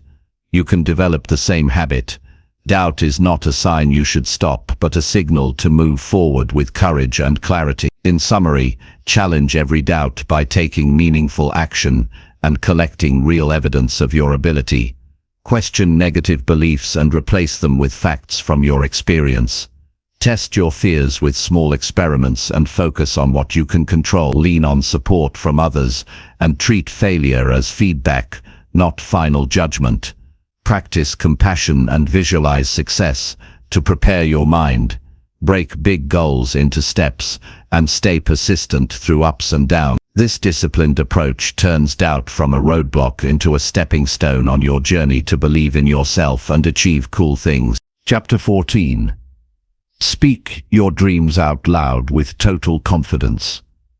Sharing your dreams aloud is one of the most powerful actions you can take to turn them into reality. When you keep your dreams locked inside your mind, they remain fragile and uncertain, like ideas floating without foundation. Speaking your dreams out loud gives them shape, weight, and presence. It forces you to clarify exactly what you want, and by doing so, you invite the world and yourself to take your aspirations seriously. This simple act is a declaration of belief, not just to others, but most importantly to yourself. Speaking your dreams requires confidence, which might not come naturally at first. Many people hesitate because they fear judgment, rejection, or failure. But confidence is not about having no fear, it's about acting in spite of fear. When you boldly state your goals and hopes, you show yourself that your dreams are worth protecting and pursuing. You send a clear signal to your subconscious mind that you are committed. This strengthens your internal belief system and prepares you for the challenges ahead. Expressing your dreams verbally also builds accountability. When you tell someone about your intentions, you create a natural pressure to follow through. This is not about seeking approval, but about creating a sense of responsibility to yourself and your community. Your words become promises that you are more likely to keep. Accountability is a strong motivator that propels you forward even when motivation wanes or obstacles arise. The act of speaking your dreams aloud makes them more tangible. Vague hopes become specific targets. The clearer your words, the clearer your path. When you articulate your dreams, you start to map out the steps needed to reach them. This clarity reduces overwhelm and increases focus because your brain shifts from wishful thinking to goal-oriented planning. It transforms your dreams from distant fantasies into achievable projects. Sharing your dreams also opens the door for support and collaboration. When others know what you're aiming for, they can offer encouragement, advice, and resources. Opportunities often come from connections, whether that's a helpful conversation, a new idea, or an introduction. By vocalizing your dreams, you expand your network of potential allies who can help you navigate your journey. Silence limits your reach. Speaking out expands it. Speaking your dreams aloud boosts your self-esteem as well. Each time you share what you hope to create, you affirm your worth and potential. This builds confidence gradually, making it easier to claim bigger and bolder dreams over time. Confidence grows like a muscle, strengthened by repeated practice. Publicly owning your goals trains your mind to accept success as possible and deserved. Use precise and positive language when speaking your dreams. Avoid vague statements or negative framing like "I want to try" or "I hope to maybe." Instead, say "I will," "I am working toward," or "my goal is." This choice of words matters because it shapes your mindset and influences how others perceive your commitment. Positive, confident language attracts support and creates momentum.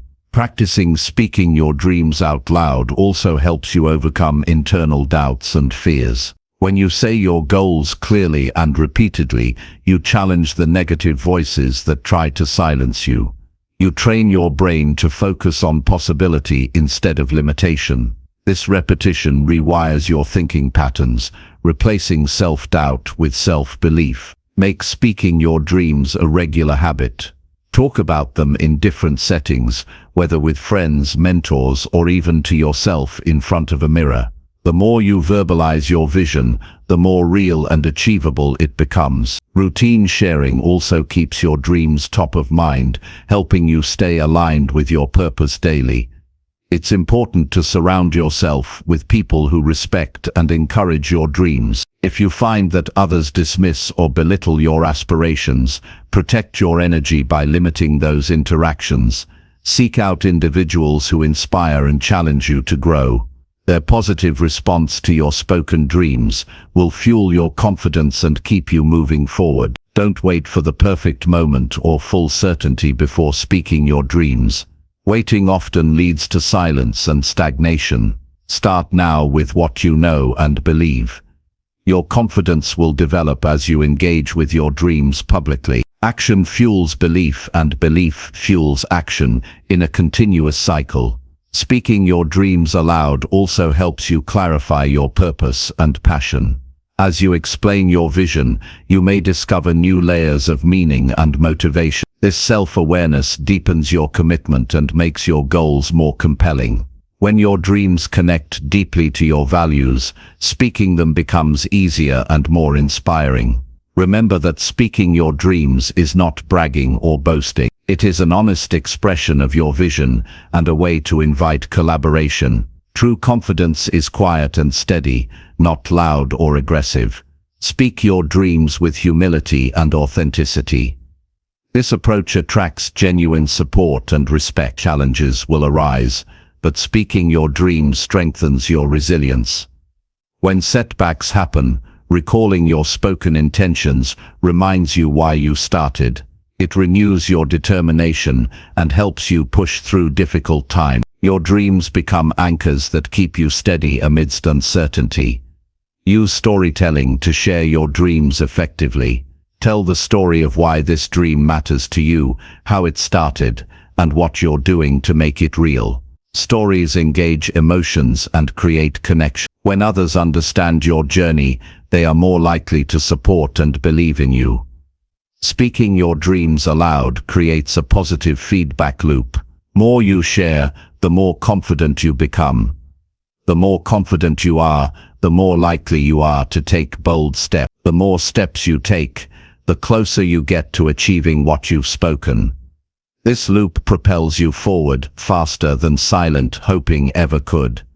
In conclusion, speaking your dreams out loud with total confidence is a transformative practice that turns ideas into reality. It clarifies your vision, builds accountability, attracts support, strengthens self-esteem, and overcomes doubt.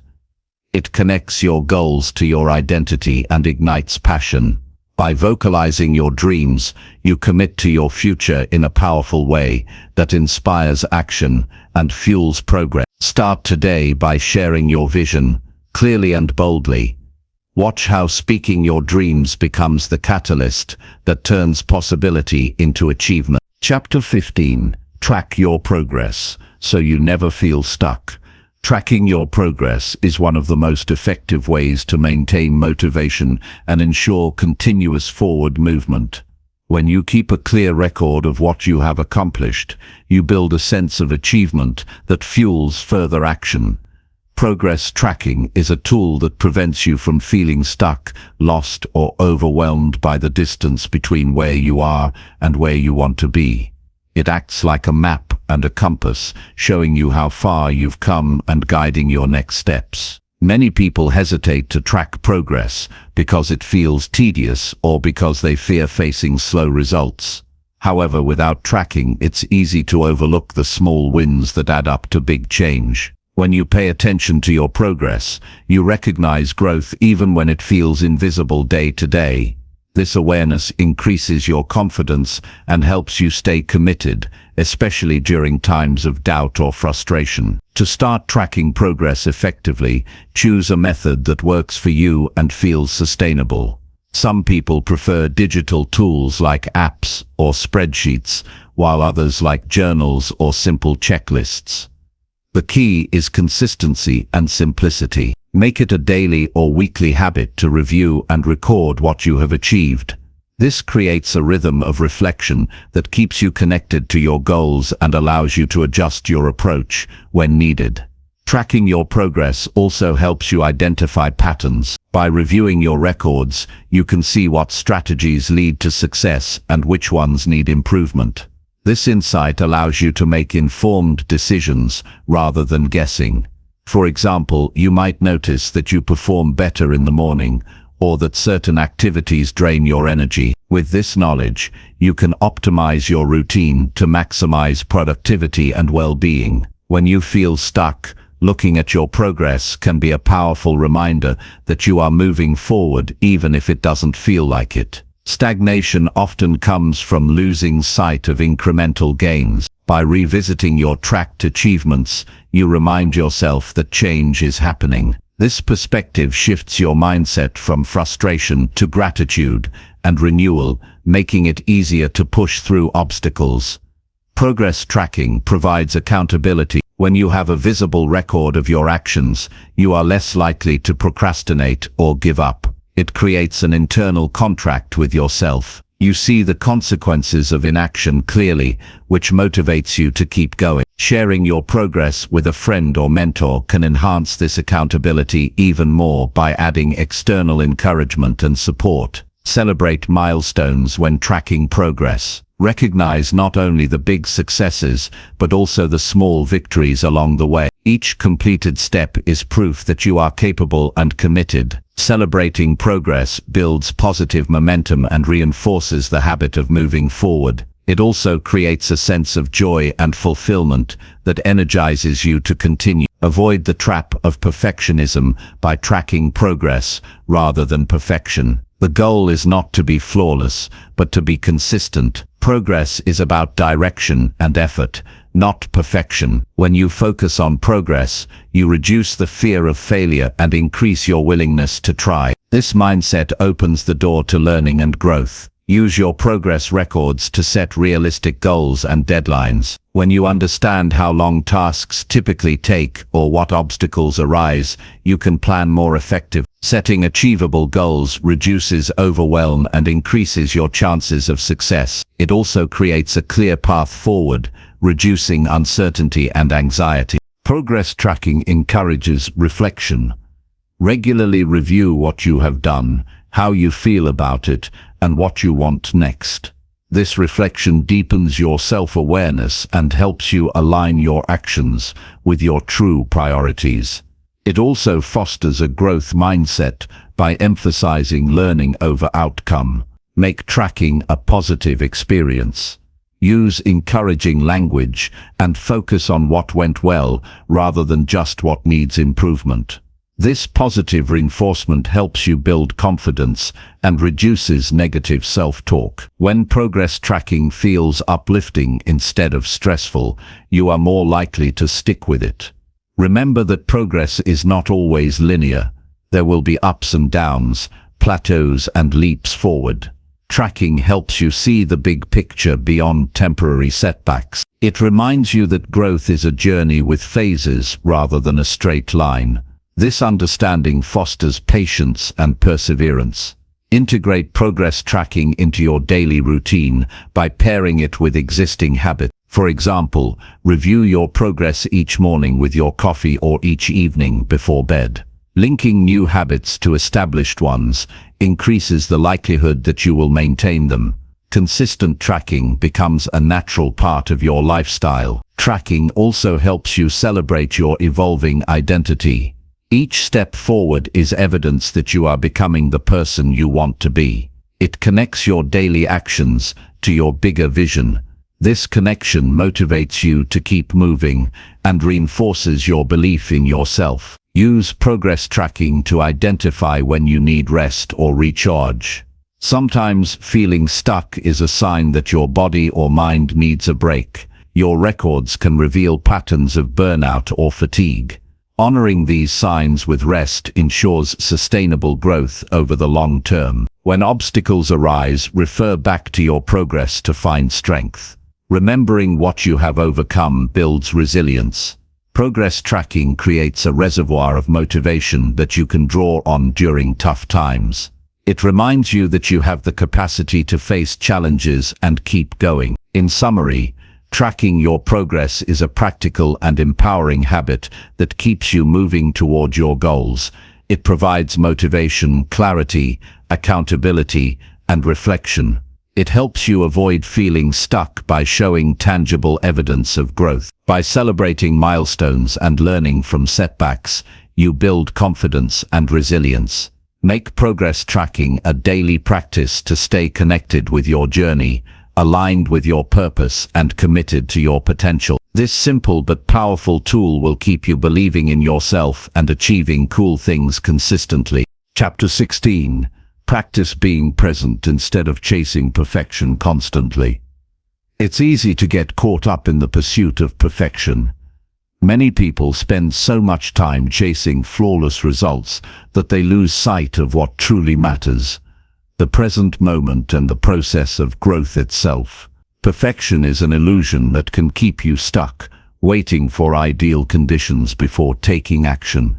Practicing being present instead of chasing perfection is a powerful mindset that frees you from this trap and allows real progress to happen. When you focus on being present, you give your full attention to what's happening right now.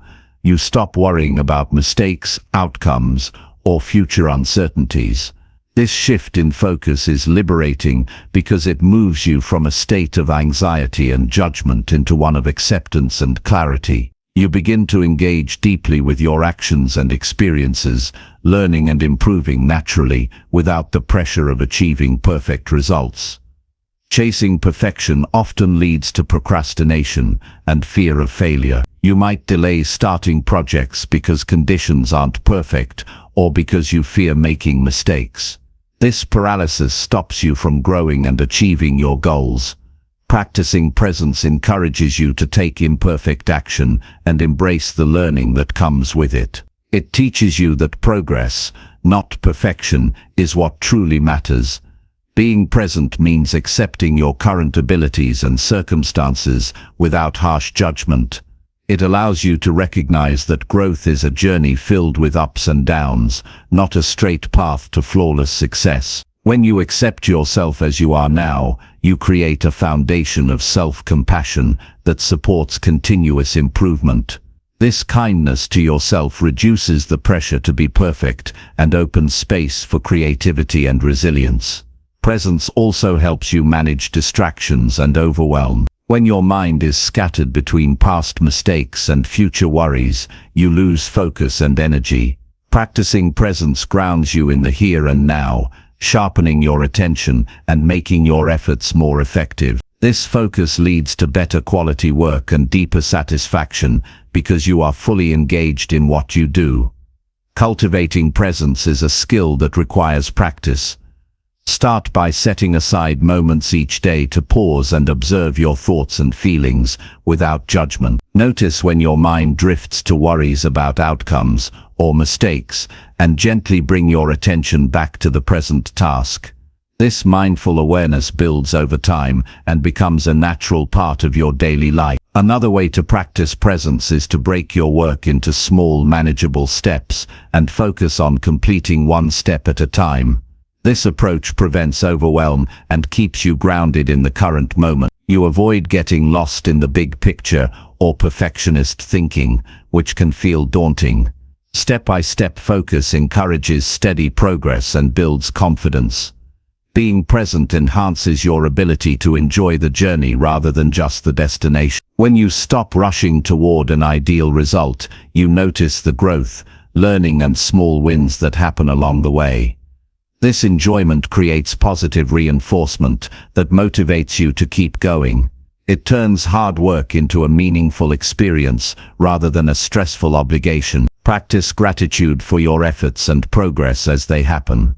When you appreciate the present moment and what you have accomplished so far, you reduce the need to compare yourself to others or to unrealistic standards. Gratitude strengthens your sense of self-worth and satisfaction, which supports ongoing motivation and well-being. Presence also improves your relationships and communication. When you are fully engaged in conversations and interactions, you build stronger connections and understand others better. This social support is crucial for growth and resilience. Being present shows respect and openness, creating an environment where encouragement and constructive feedback thrive. Remember that perfection is subjective and often unattainable. What feels perfect to one person might not to another. Chasing an impossible ideal wastes time and energy that could be invested in real progress. By practicing presence, you learn to appreciate your unique path and strength. You focus on what you can control and influence rather than chasing an ever-moving target. Use affirmations and reminders to support your practice of presence. Phrases like "I am enough as I am" or "progress over perfection" can help shift your mindset when perfectionist thoughts arise. Placing these reminders where you see them often, such as on your desk or phone, reinforces your commitment to presence.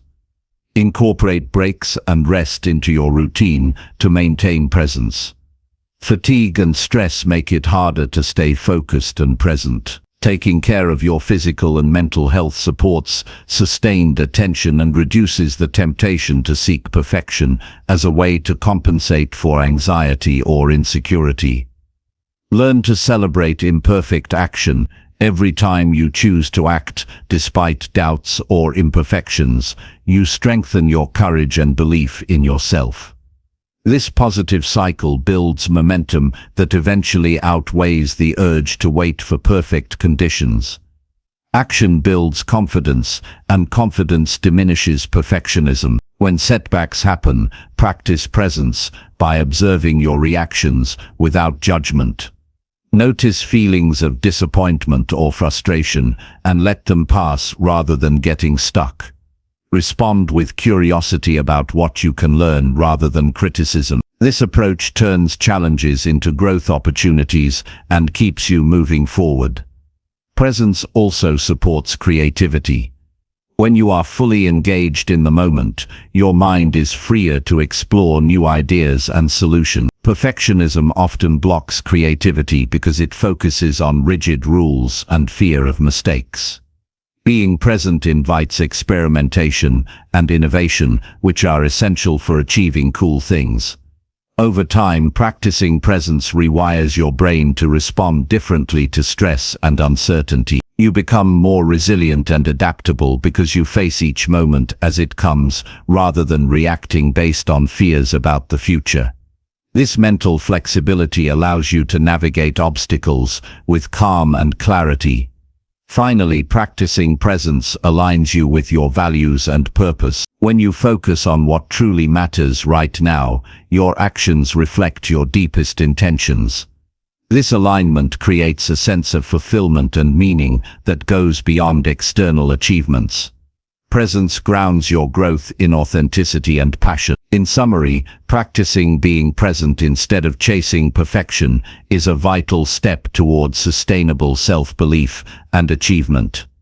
It frees you from fear and procrastination, enhances focus and creativity, and fosters self-compassion and resilience. By engaging fully with each moment and embracing imperfect action, you create a life of meaningful progress and joy. Make presence your daily practice and watch how it transforms your journey and result. Chapter 17. Show up daily even when motivation feels low. Showing up daily is one of the most important habits for achieving meaningful growth, especially when motivation is low. Motivation can be unpredictable. Some days you wake up energized and ready to conquer the world, while other days it feels like it's completely disappeared. Relying solely on motivation sets you up for inconsistency because motivation fluctuates based on mood, energy, and circumstances. Instead, showing up daily means committing to your goals regardless of how you feel. This commitment creates discipline and momentum, which are far more reliable than motivation alone. When motivation fades, the temptation to skip tasks or delay action grows stronger. This is exactly the moment when showing up is most critical. By simply starting your work or taking a small step, you break the cycle of inactivity. Action generates energy and focus, often rekindling motivation along the way. Waiting for motivation to arrive before you act leads to procrastination and missed opportunities. Showing up teaches you that progress comes from consistent effort, not perfect conditions. Showing up daily builds trust in yourself. Each time you follow through on your commitment, you reinforce the belief that you are reliable and capable. This self-trust is a foundation for confidence and resilience. When you doubt your abilities, reminding yourself of your consistent effort can restore faith and push you forward. The habit of showing up becomes a source of strength that helps you overcome challenges and setbacks. Creating a routine supports showing up even when motivation is low. Routines automate behavior, reducing the mental effort required to start tasks. When certain actions become habits, you perform them almost automatically without needing a burst of motivation. Design your daily routine to include dedicated time for your most important goals. This structure provides stability and makes it easier to maintain momentum through ups and downs. It's helpful to break your work into smaller, manageable chunks. When motivation is lacking, large tasks can feel overwhelming and discouraging. Dividing your goals into simple, achievable steps makes it easier to start and keep going. Even completing a tiny piece of your work contributes to progress and builds positive momentum. Small wins remind you that action is possible, creating a cycle of accomplishment that lifts motivation naturally. Showing up daily also means practicing patience. Results don't happen overnight, and growth takes time. When motivation dips, remember why you started, and that persistence will pay off. Patience allows you to stay committed without being discouraged by slow progress. Embrace the process and trust that consistent effort accumulates into meaningful change. Another key is to prepare for low motivation days in advance. Identify strategies that help you push through difficult moments. This might include motivational quotes, brief exercise, listening to inspiring music, or connecting with supportive friends. Having a toolkit ready keeps you from relying solely on willpower in challenging times. You build resilience by proactively addressing obstacles before they stop you. Accept that some days showing up means doing less than usual, and that's okay. Progress is about consistency over time, not intensity every single day. On tough days, aim for the minimum effective dose.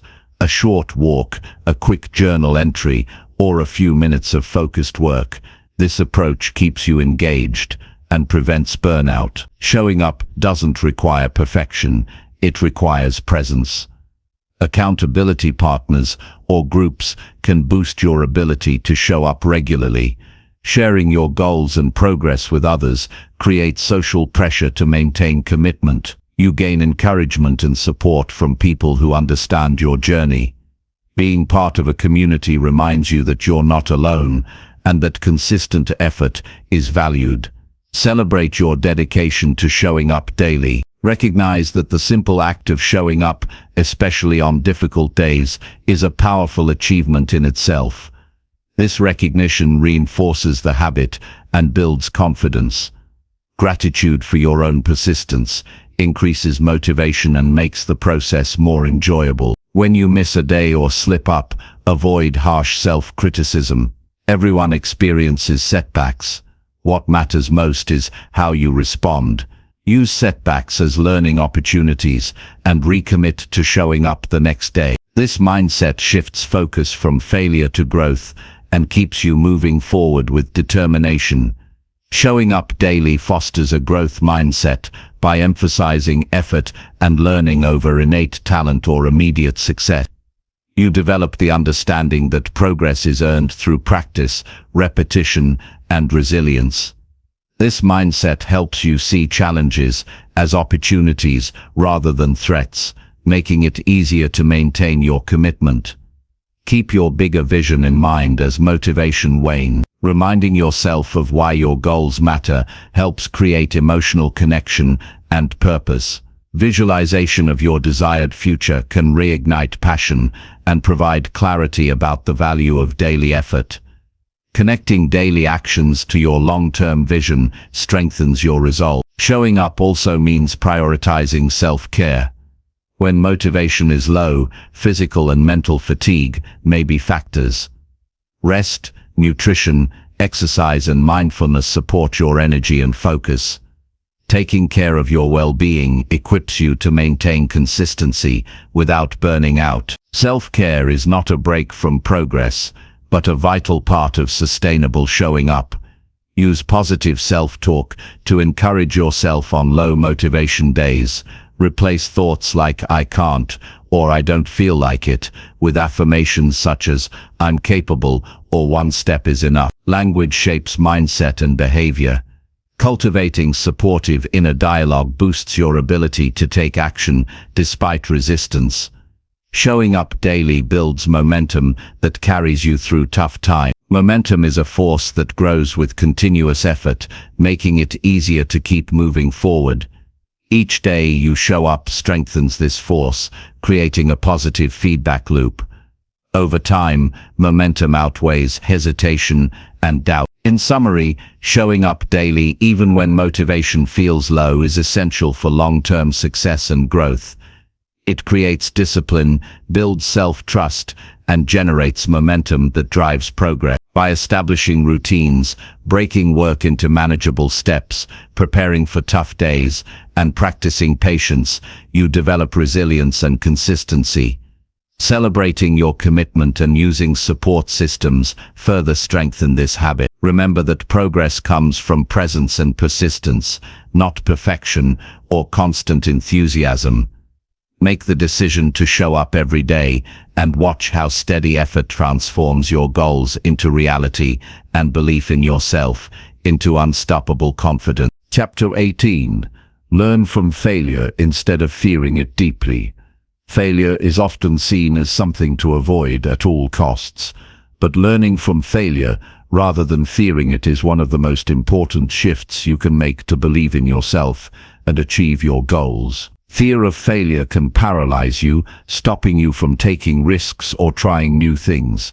This fear limits your growth and keeps you stuck in comfort zones where real progress is rare. When you change your relationship with failure from one of fear to one of learning, you open the door to resilience, creativity, and success. Failure is not a reflection of your worth or ability. It is a natural part of the journey toward mastery and achievement. Every successful person has experienced failure, but what sets them apart is their willingness to see failure as valuable feedback rather than a final verdict. When you embrace failure as information, you shift your mindset to one of curiosity and problem solving. This change empowers you to face challenges with confidence instead of dread. Learning from failure requires honest reflection. When things don't go as planned, take the time to analyze what happened without blaming yourself or others. Ask questions like, what went wrong? What could I do differently next time? What did I learn about myself and the situation? This process turns failure into a powerful teacher that guides your next steps. Reflection transforms setbacks into stepping stones. Instead of fearing failure, develop a habit of experimentation. Approach your goals with a mindset that welcomes trial and error. See each attempt as a test that provides data and insight. This approach reduces the pressure to be perfect and makes the process of improvement more enjoyable. You learn to value progress over immediate success, which keeps you motivated and engaged. Building emotional resilience helps you handle failure constructively.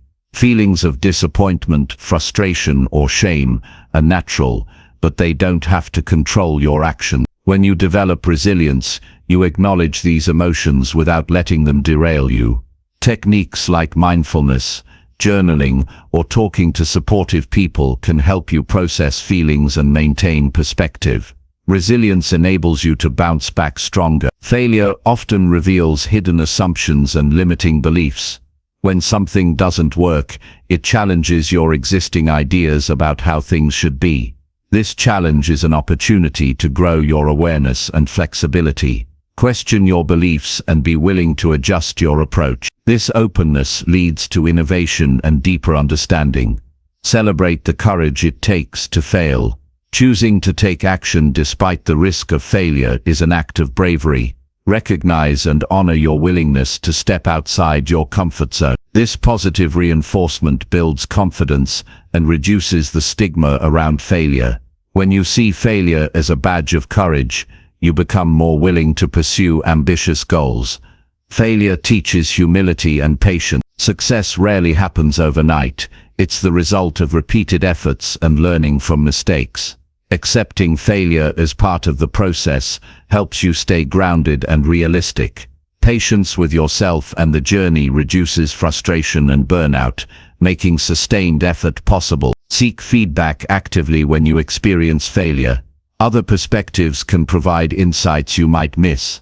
Constructive feedback helps you identify blind spots and areas for improvement. Surround yourself with mentors or peers who offer honest and supportive guidance. This external input complements your own reflection and accelerates learning. Reframe failure by changing your language. Instead of saying "I failed," say "I learned," or "this attempt showed me what doesn't work." Language shapes your mindset and emotion. Positive reframing reduces fear and builds optimism. It creates a mental environment where failure is seen as an ally rather than an enemy. Document your failures and lessons learned. Keeping a failure journal or log helps you track patterns and growth over time. Reviewing this record reminds you how much you have learned and how your approach has evolved. It also normalizes failure as a regular and necessary part of progress. Avoid perfectionism by accepting that mistakes are inevitable. Striving for flawlessness increases fear of failure and slows down action. When you allow room for imperfection, you free yourself to experiment and improve. This acceptance creates a healthier relationship with failure and success. Learn from others' failures as well. Study stories of people who faced setbacks and ultimately succeeded.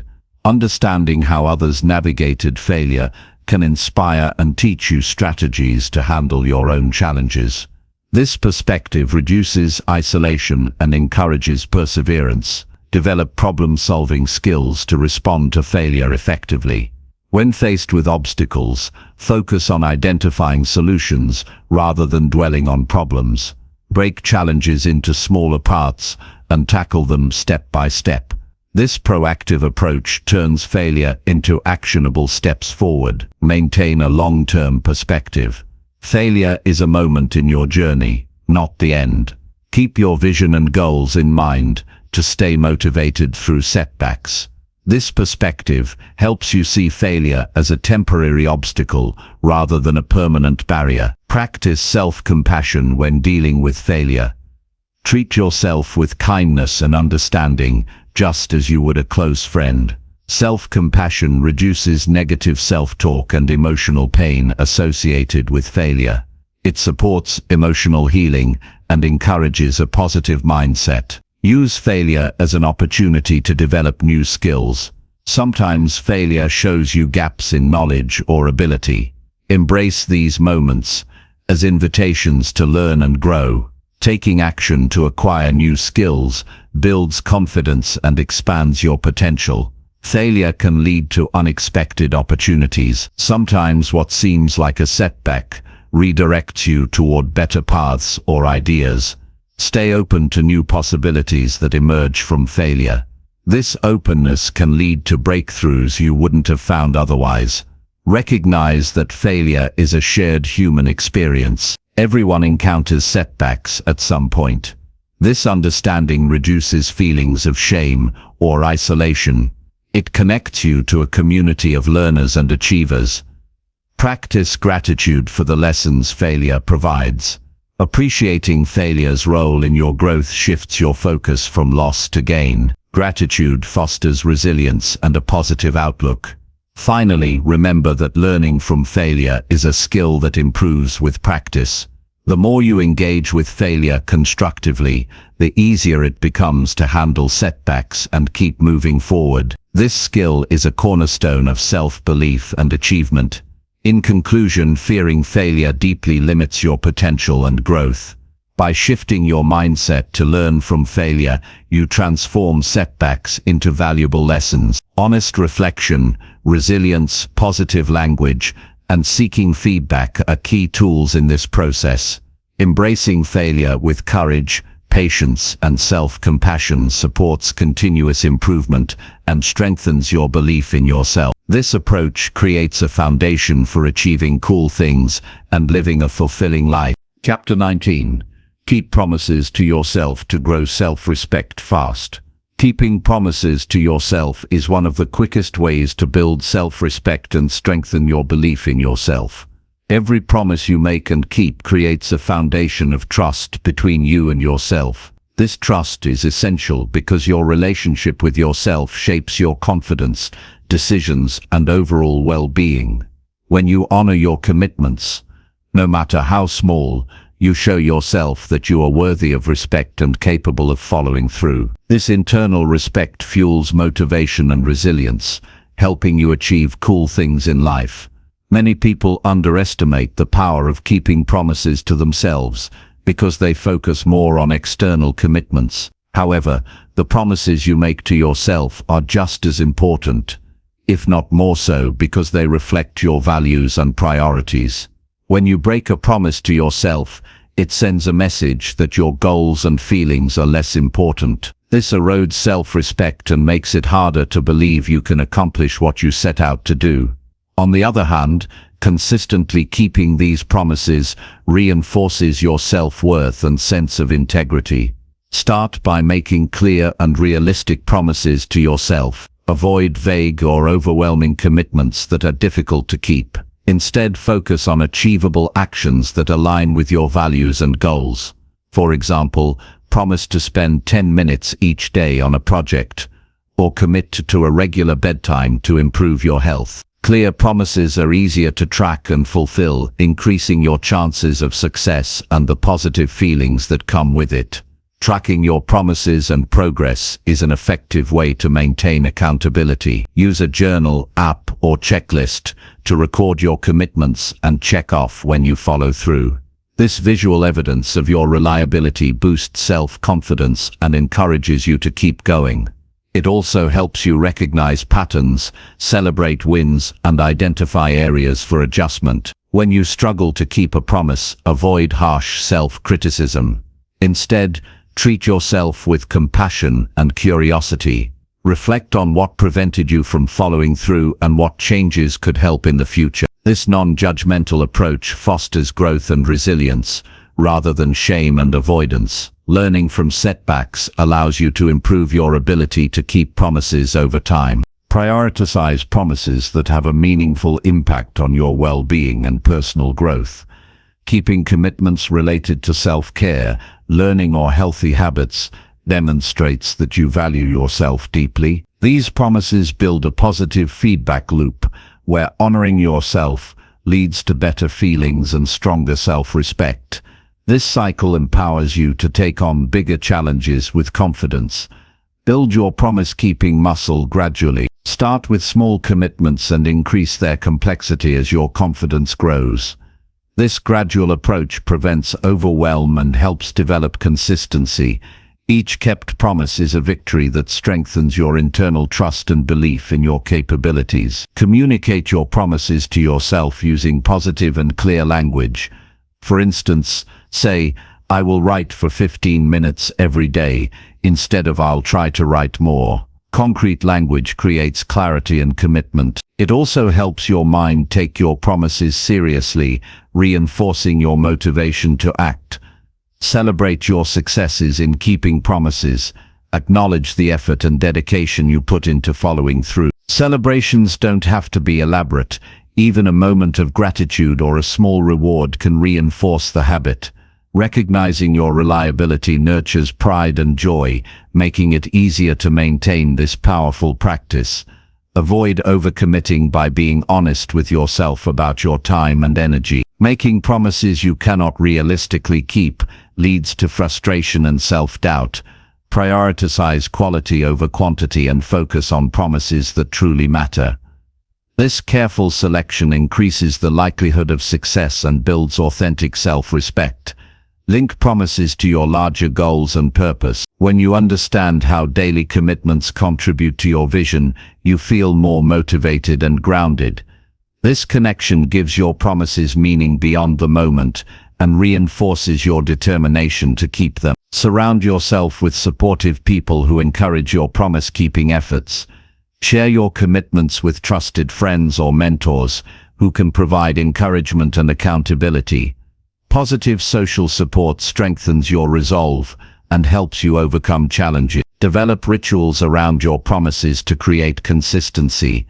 For example, set a specific time or environment for the actions you committed to. Rituals reduce decision fatigue and create automaticity, making it easier to keep promises even when motivation wanes. Practice self-reflection regularly to evaluate your promise-keeping progress. Ask yourself what worked, what didn't, and how you feel about your commitments. This reflection deepens your self-awareness and helps you refine your approach. It also highlights your growth, reinforcing your belief in yourself. Understand that keeping promises to yourself is a lifelong practice. It requires patience and persistence. You will face moments of struggle, but each effort to honor your commitments builds resilience and self-respect. View this journey as a continuous opportunity for growth rather than a one-time achievement. Use setbacks as learning opportunities, not reasons to give up. If you miss a promise, recommit with renewed intention. This ability to bounce back demonstrates strength and integrity. It also reinforces the habit of reliability over time. Recognize the ripple effect of keeping promises to yourself. As your self-respect grows, it influences how others perceive and respect you. Your confidence and integrity become visible and inspire trust. This positive influence extends into your relationships, career, and overall life satisfaction. Keep promises to yourself as a form of self-love and empowerment. Honoring your commitments shows that you value your dreams, health, and happiness. This self-respect fuels motivation and courage, enabling you to face challenges and achieve your goals. Remember that promises are personal contracts that hold you accountable to your highest self. They remind you of your potential and purpose. By consistently keeping your promises, you reinforce your identity as someone who follows through and achieves cool things.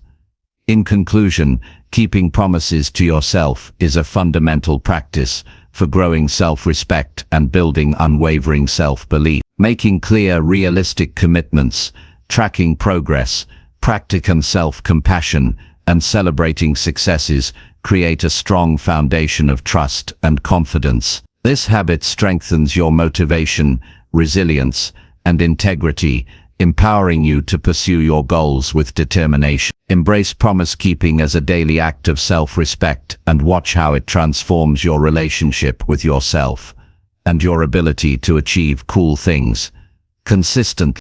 Chapter 20. Visualize success every day until it feels natural. Visualizing success every day until it feels natural is a powerful practice that shapes your mindset and prepares you to achieve your goals with confidence. Visualization is not just daydreaming, it is a deliberate and focused mental exercise where you imagine yourself achieving what you desire in vivid detail. This daily habit rewires your brain to expect success, helping you overcome doubts and fears that might otherwise hold you back. When you visualize success regularly, you create a clear mental picture of your goals.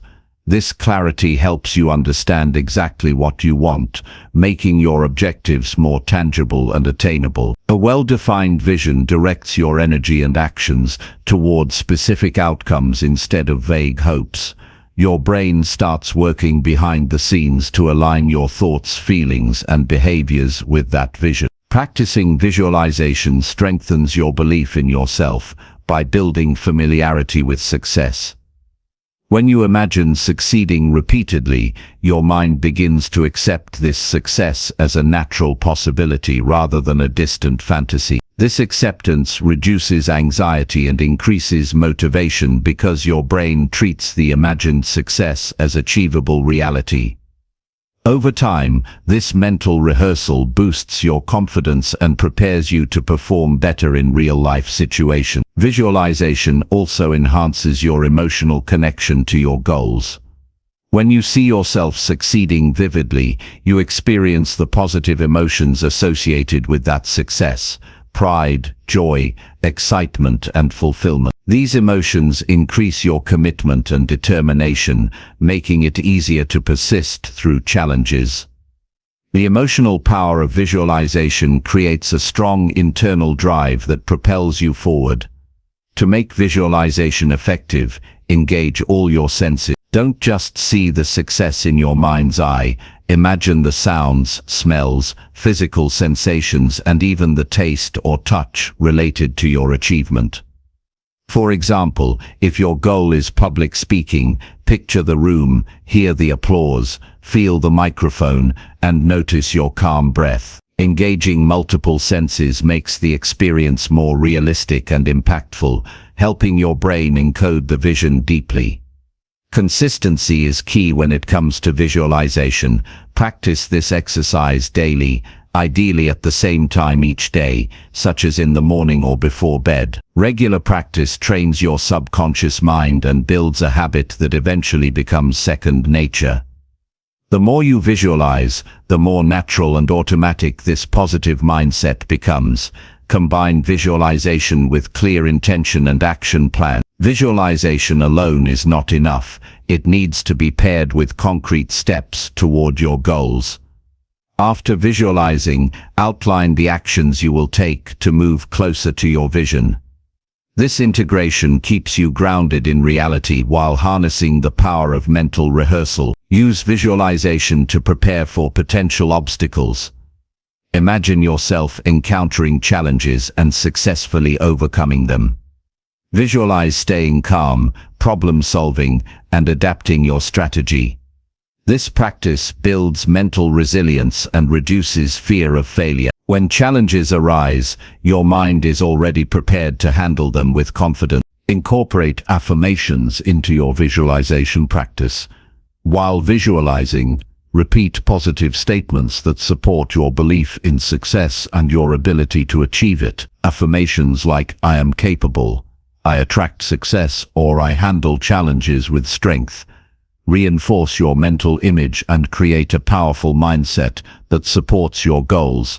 Avoid rushing through visualization. Spend enough time to fully immerse yourself in the experience. The goal is to create a strong emotional and sensory connection that leaves a lasting impression on your subconscious. The more detailed and vivid your visualization, the more effective it will be in shaping your mindset. Visualization can also help improve your performance in specific tasks. Athletes, performers, and high achievers use this technique to rehearse their skills mentally before actual execution. By visualizing the steps and outcomes, you build muscle memory and mental preparedness.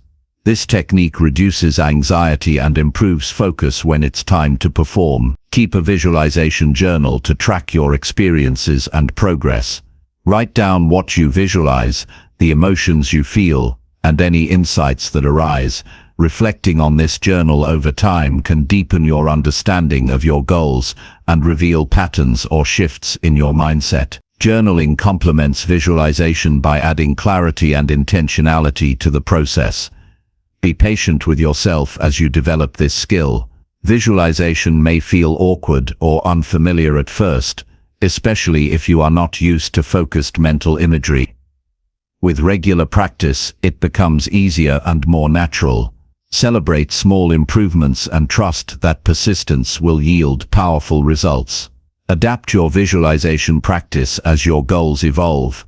Update your mental images to reflect new aspirations or milestones. Keeping your visualization aligned with your current vision maintains relevance and motivation.